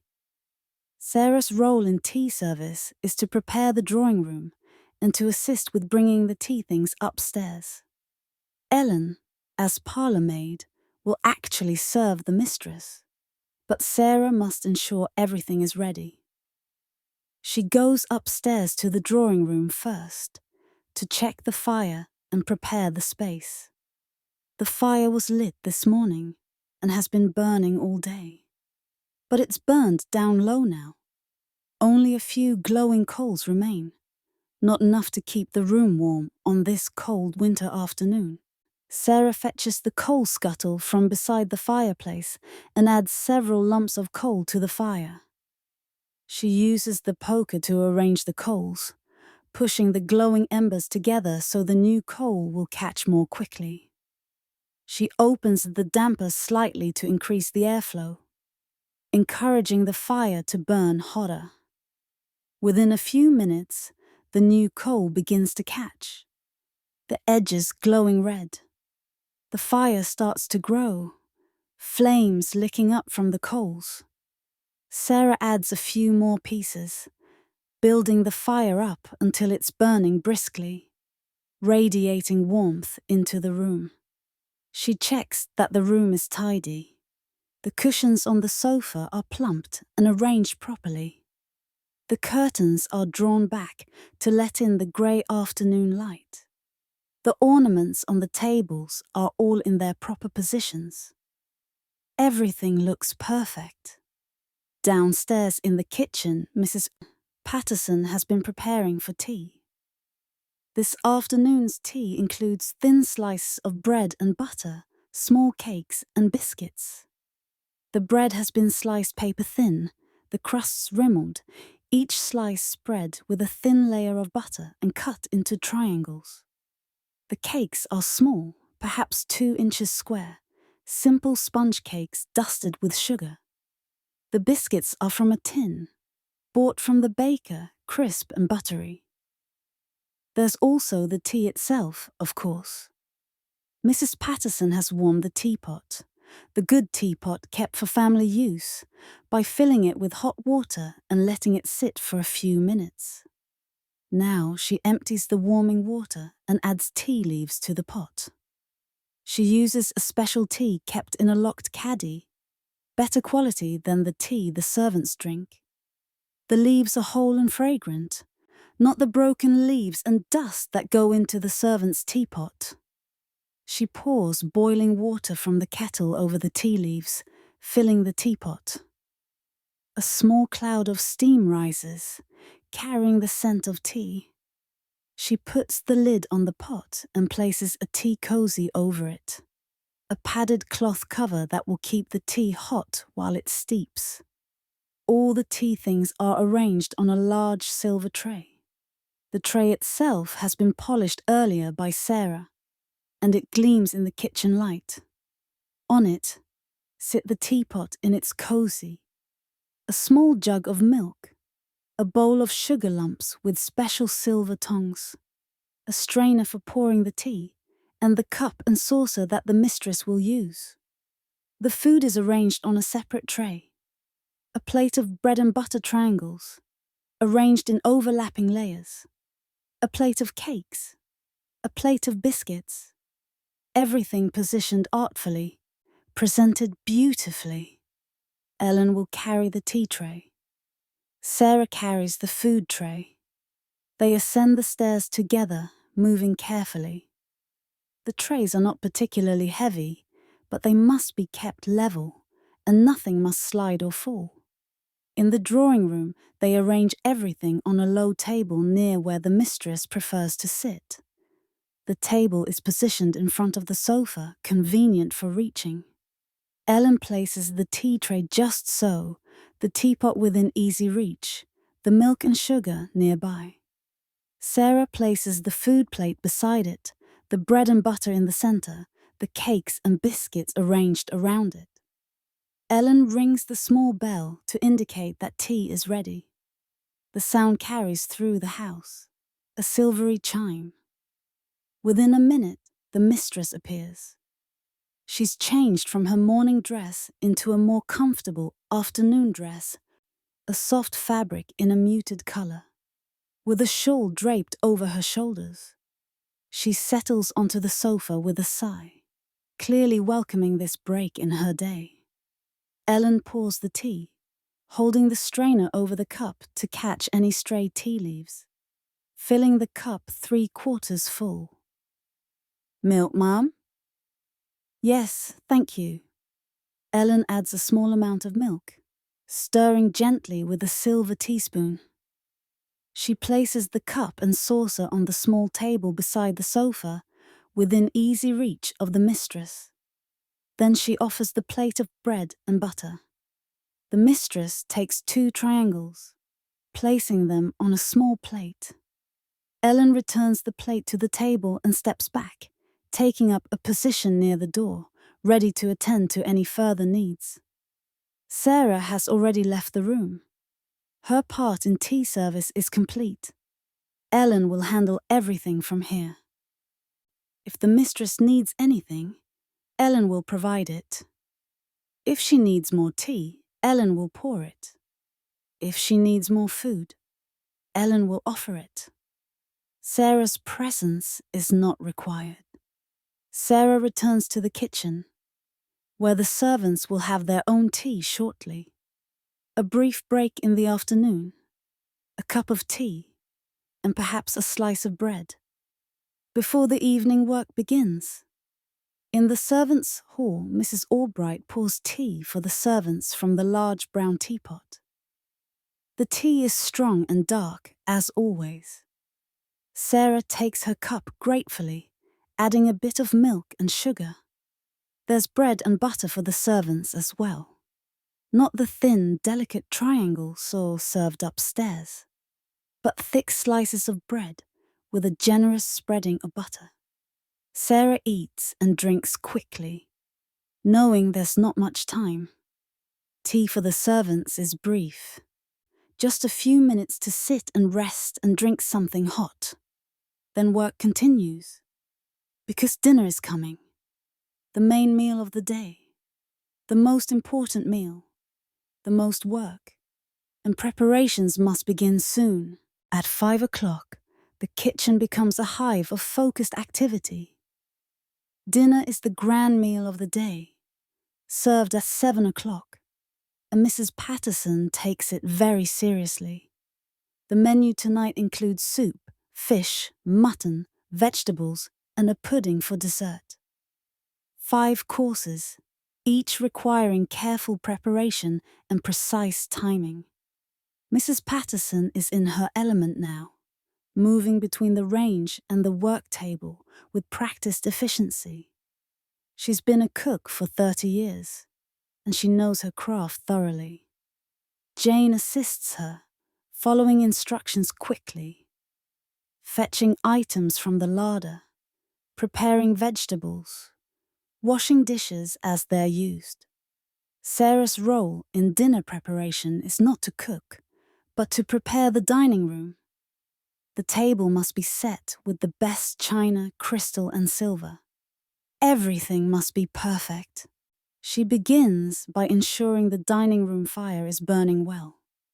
She adds coal, pokes it, adjusts the damper. The room must be warm for dinner.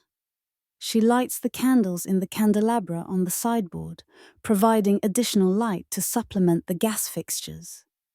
The candles are beeswax, expensive, reserved for special occasions and important meals. Their light is warm and golden, and they smell faintly sweet as they burn. She brings up clean water in crystal water glasses, one for each place setting. The glasses must be spotless, without water spots or fingerprints. She holds each glass up to the light, examining it critically, polishing away any imperfection with a clean cloth. Ellen is responsible for actually setting the table, but Sarah assists by bringing up the necessary items from the pantry where they're stored. The good china plates, each one carefully examined to ensure it's perfectly clean. Any plate with even the slightest spot or smudge is taken back downstairs to be washed again. The crystal wine glasses, which require special care. They're delicate, hand-blown, expensive.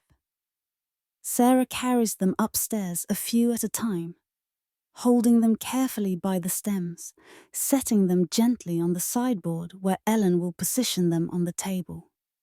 The silver cutlery comes next. It was polished yesterday, but Sarah checks each piece nonetheless, holding it up to the light, looking for any spots or tarnish that might have appeared overnight. A knife with a tiny spot is repolished with a soft cloth. A fork with a slight tarnish is rubbed until it gleams. There are multiple pieces of cutlery for each place setting, because there are multiple courses. Soup spoons, fish forks and knives, dinner forks and knives, dessert spoons. Each has its specific place in the setting, arranged according to the order in which they'll be used, working from the outside in. Ellen sets the table with meticulous care. She uses a ruler to measure the distance from the edge of the table to the placement of each item. Everything must be precisely aligned, symmetrical, perfect. The dinner plate goes in the center of each place setting, exactly 2 inches from the edge of the table. The forks go on the left, arranged in order of use. The knives and spoons go on the right. The bread plate goes at the upper left. The glasses go at the upper right, arranged in a diagonal line. Water glass farthest back, wine glass in front. Sarah watches as Ellen works, ready to fetch anything that's needed. An extra napkin, a serving spoon, a salt cellar. The tablecloth is already in place, white damask, crisp and smooth, with a subtle pattern woven into the fabric.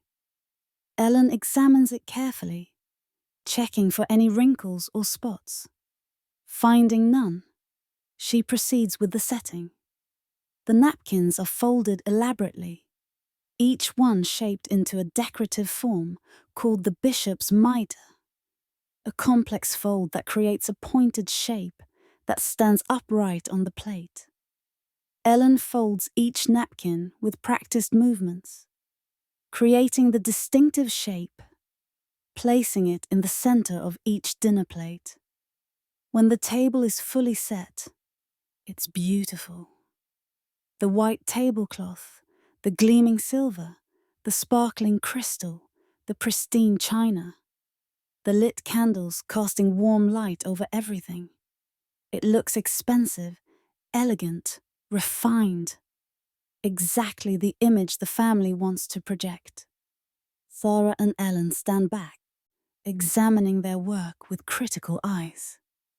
Everything looks perfect. They nod to each other, satisfied. Downstairs, the cooking intensifies. Mrs. Patterson is at the range, working on multiple dishes simultaneously.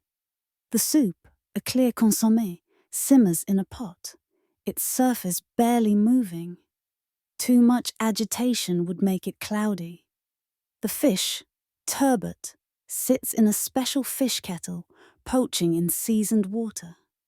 The mutton roast is in the oven, roasting slowly, its juices dripping into a pan below.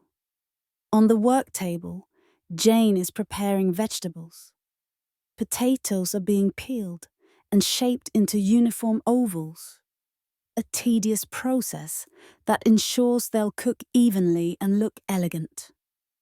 Carrots are being cut into precise batons. Cabbage is being shredded finely. The pudding, a steamed treacle pudding, has been cooking for hours in a covered basin set in a pot of simmering water. The sweet smell of treacle and suet fills the kitchen, mixing with the savoury smells of roasting meat and simmering soup. Mrs. Patterson tastes the soup, adds a pinch of salt, tastes it again. She checks the fish, testing it with a fork to see if it's done. Not yet. She bastes the mutton, spooning hot fat over the meat to keep it moist. Timing is critical. All the dishes must be ready at the right moment. If something is ready too early, it will cool and lose quality. If it's ready too late, the family will be kept waiting, which is unacceptable. Sarah sets the table in the servants' hall for the servants' dinner, which will be eaten before the family's dinner is served. The servants must eat quickly, must be ready to serve when the family sits down at 7 o'clock. At 6 o'clock, the servants gather in the servants' hall for their meal. Tonight, it's the same mutton stew from luncheon, reheated, along with bread. Simple fare, but adequate. They eat quickly, efficiently, knowing there's work ahead. Mrs. Patterson doesn't sit with them. She remains in the kitchen, continuing to cook, unable to leave the range. Jane brings her a bowl of stew, which Mrs. Patterson eats standing up, between tasks, barely tasting it in her focus on the family's dinner. By 6:30, everything is coming together. The soup is ready, kept warm on the back of the range. The fish is poached perfectly. Transferred to a warming plate. The mutton is out of the oven, resting before it will be carved. The vegetables are cooked, ready to be served. The pudding is done, waiting in its basin. Sarah and Ellen stand ready, waiting for the signal that it's time to begin serving. At 7 o'clock precisely, the dinner bell rings. The family is summoned to the dining room. Dinner is about to begin. Dinner service is perhaps the most complex and demanding part of Sarah's day. It requires coordination, timing, and attention to countless details. Each course must be served at exactly the right moment, at exactly the right temperature. The family must never be kept waiting. The food must be presented beautifully. Nothing must go wrong. The family assembles in the dining room at 7 o'clock. The master, dressed now in his evening clothes, a black suit with a white shirt. The mistress in an evening dress, more elaborate than her day clothes, made of silk with lace trim.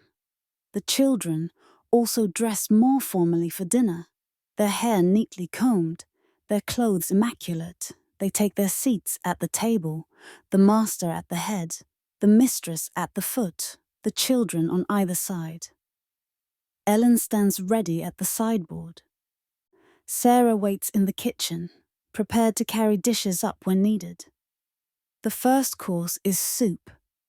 Mrs. Patterson ladles the clear consommé into a porcelain tureen, a large covered dish used for serving soup. She garnishes the soup with a tiny sprig of parsley in the center, a small touch of green against the golden liquid.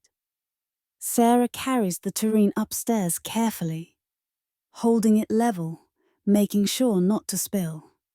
She places it on the sideboard in the dining room. where Ellen takes over. Ellen removes the lid from the tureen and begins ladling soup into shallow soup plates. She ladles carefully, ensuring each portion is equal, filling each plate to the same level. She serves the master first, placing the soup plate in front of him from his left side. Then the mistress, then each child. The established order of service is always followed. Master, mistress, children. The family eats their soup in relative silence. The master occasionally comments on the quality, nodding his approval. "Excellent soup," he says to no one in particular. Ellen stands by the sideboard, motionless, waiting. Sarah waits in the kitchen, sitting on a stool near the door, ready to respond immediately when summoned. Her legs ache from the day's work, and she's grateful for even this brief moment of sitting. After about 10 minutes, Ellen rings a small handbell in the dining room. This is the signal that the soup course is finished. Sarah immediately stands and goes upstairs. Ellen has collected the used soup plates and stacked them on a tray. Sarah takes the tray and carries it downstairs to the scullery, where Jane immediately begins washing them. Sarah returns upstairs with clean plates for the next course. The fish course is next. Mrs. Patterson has arranged the poached turbot on a large serving platter, garnished with parsley and lemon slices. There's a white sauce in a sauce boat, made with butter, flour, and the liquid the fish was poached in. Sarah carries the fish platter upstairs, moving very carefully. The platter is large and heavy. She places it on the sideboard. Ellen takes over, using serving utensils to portion the fish onto plates. Each portion must be equal. Each plate must look the same. She adds a spoonful of sauce to each plate, drizzling it artfully over the fish. She serves the family again in order. Master, mistress, children. The family eats the fish course, discussing their day, their plans for tomorrow. Normal family conversation, barely noticed by the servants who move around them. Serving, clearing, bringing the next course. After the fish course is cleared, Sarah carries the dirty plates downstairs and brings up clean plates again.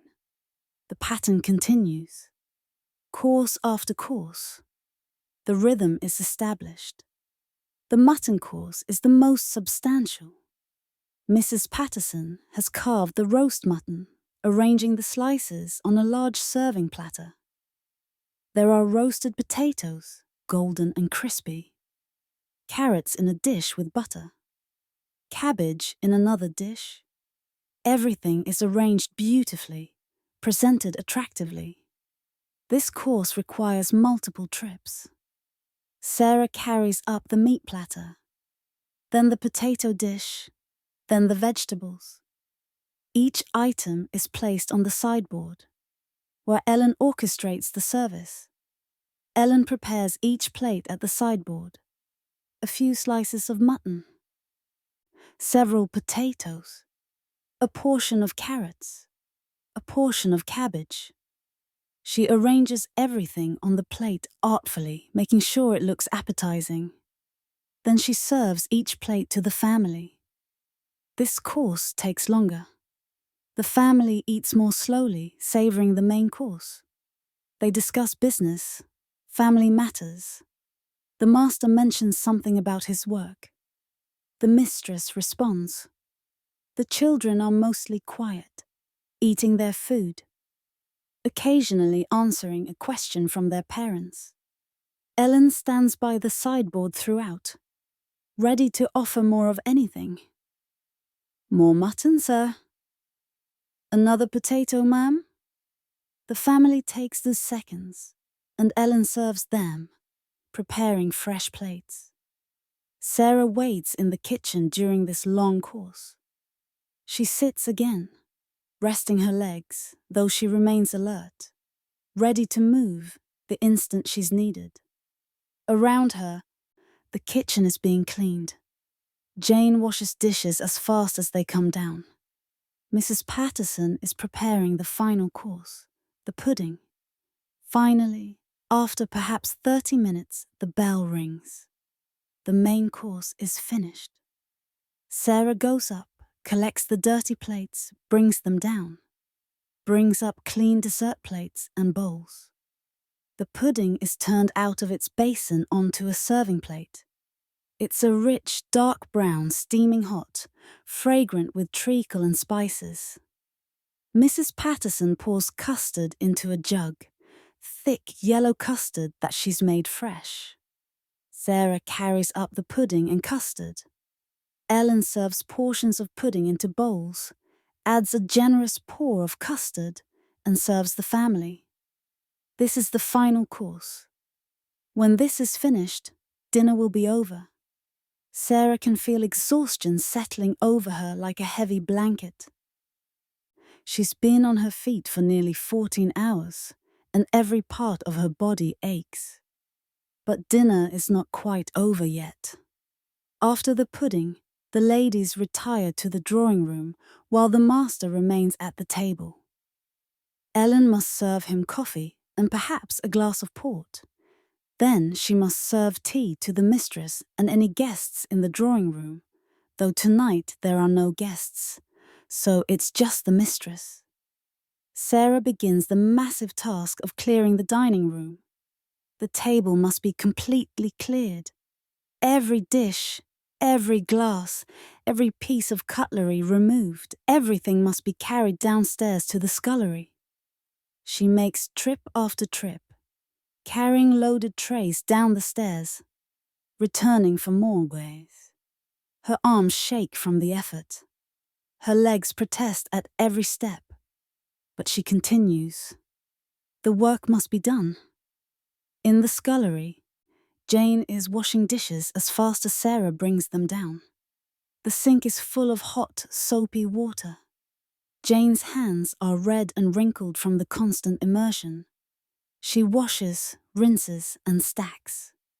Washes, rinses, stacks. The pile of clean dishes grows. Finally, after what feels like hours but is probably only 45 minutes, the dining room is cleared. Every dish removed. The table wiped down. The chairs pushed back into place. But the work is not done. Now all the dishes must be washed, dried, and put away. The silver must be dried carefully to prevent water spots. The crystal must be polished. Everything must be returned to its proper place in the pantry. Sarah helps Jane at the sink, drying dishes as Jane washes them. They work in silence, both too tired to talk.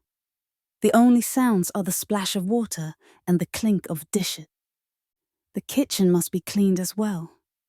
Mrs. Patterson wipes down the work table, scrubs the range, sweeps the floor. Every pot must be cleaned, every spoon washed, every surface wiped. By the time everything is done, it's nearly 10 o'clock. Sarah's feet are throbbing. Her back aches constantly now. Her arms feel like lead. But the day's work, it is finally complete. Mrs. Albright dismisses everyone for the night. They're free to go to their rooms, to rest, to sleep. Sarah climbs the stairs to her attic room one last time, her legs heavy as stone. She can barely lift her feet to climb each step, but eventually she reaches her door. Sarah enters her attic room and closes the door behind her. The room is cold again. The day's warmth dissipated hours ago. Her breath makes pale clouds in the air. But she's too tired to care about the cold. Too tired to care about anything except sleep. She lights her candle, the small flame pushing back the darkness just enough to see. She sets it on the table beside her bed. She begins to undress, her fingers fumbling with buttons and pins. She removes her cap first, unpinning it from her hair. Her scalp aches where the pins have been pressing all day. She sets the cap aside for tomorrow.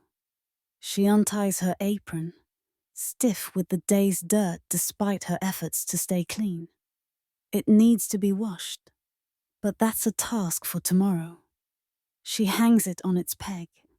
She unbuttons her dress, each button requiring effort from her tired fingers. The dress is wrinkled and slightly damp from exertion. She steps out of it and hangs it on its peg beside the apron. She unlaces her corset, and the relief is immediate. Her ribs expand fully for the first time in 18 hours. She takes a deep breath, feeling her lungs fill completely. She hangs the corset on its peg. She removes her petticoat, then her stockings, peeling them down her legs. Her feet are white and wrinkled where the stockings compress them. She wiggles her toes, feeling circulation return. Now she's just in her shift, the same shift she woke up in this morning. It feels like a lifetime ago. She should wash before bed. That's the proper thing to do. But the water in the pitcher is ice cold, and she's so tired. She compromises by wetting a cloth in the cold water and wiping her face and hands. The cold water on her face makes her gasp, but it feels clean. She unpins her hair, and it falls down her back, released from its tight braid. She runs her fingers through it, working out the tangles, but she doesn't brush it. She's too tired to brush it properly. Tomorrow. She'll brush it tomorrow. She pulls on her nightgown over her shift, the thick cotton providing another layer against the cold. Then she climbs into bed, pulling the blankets up to her chin. The bed is cold, the sheets like ice against her skin.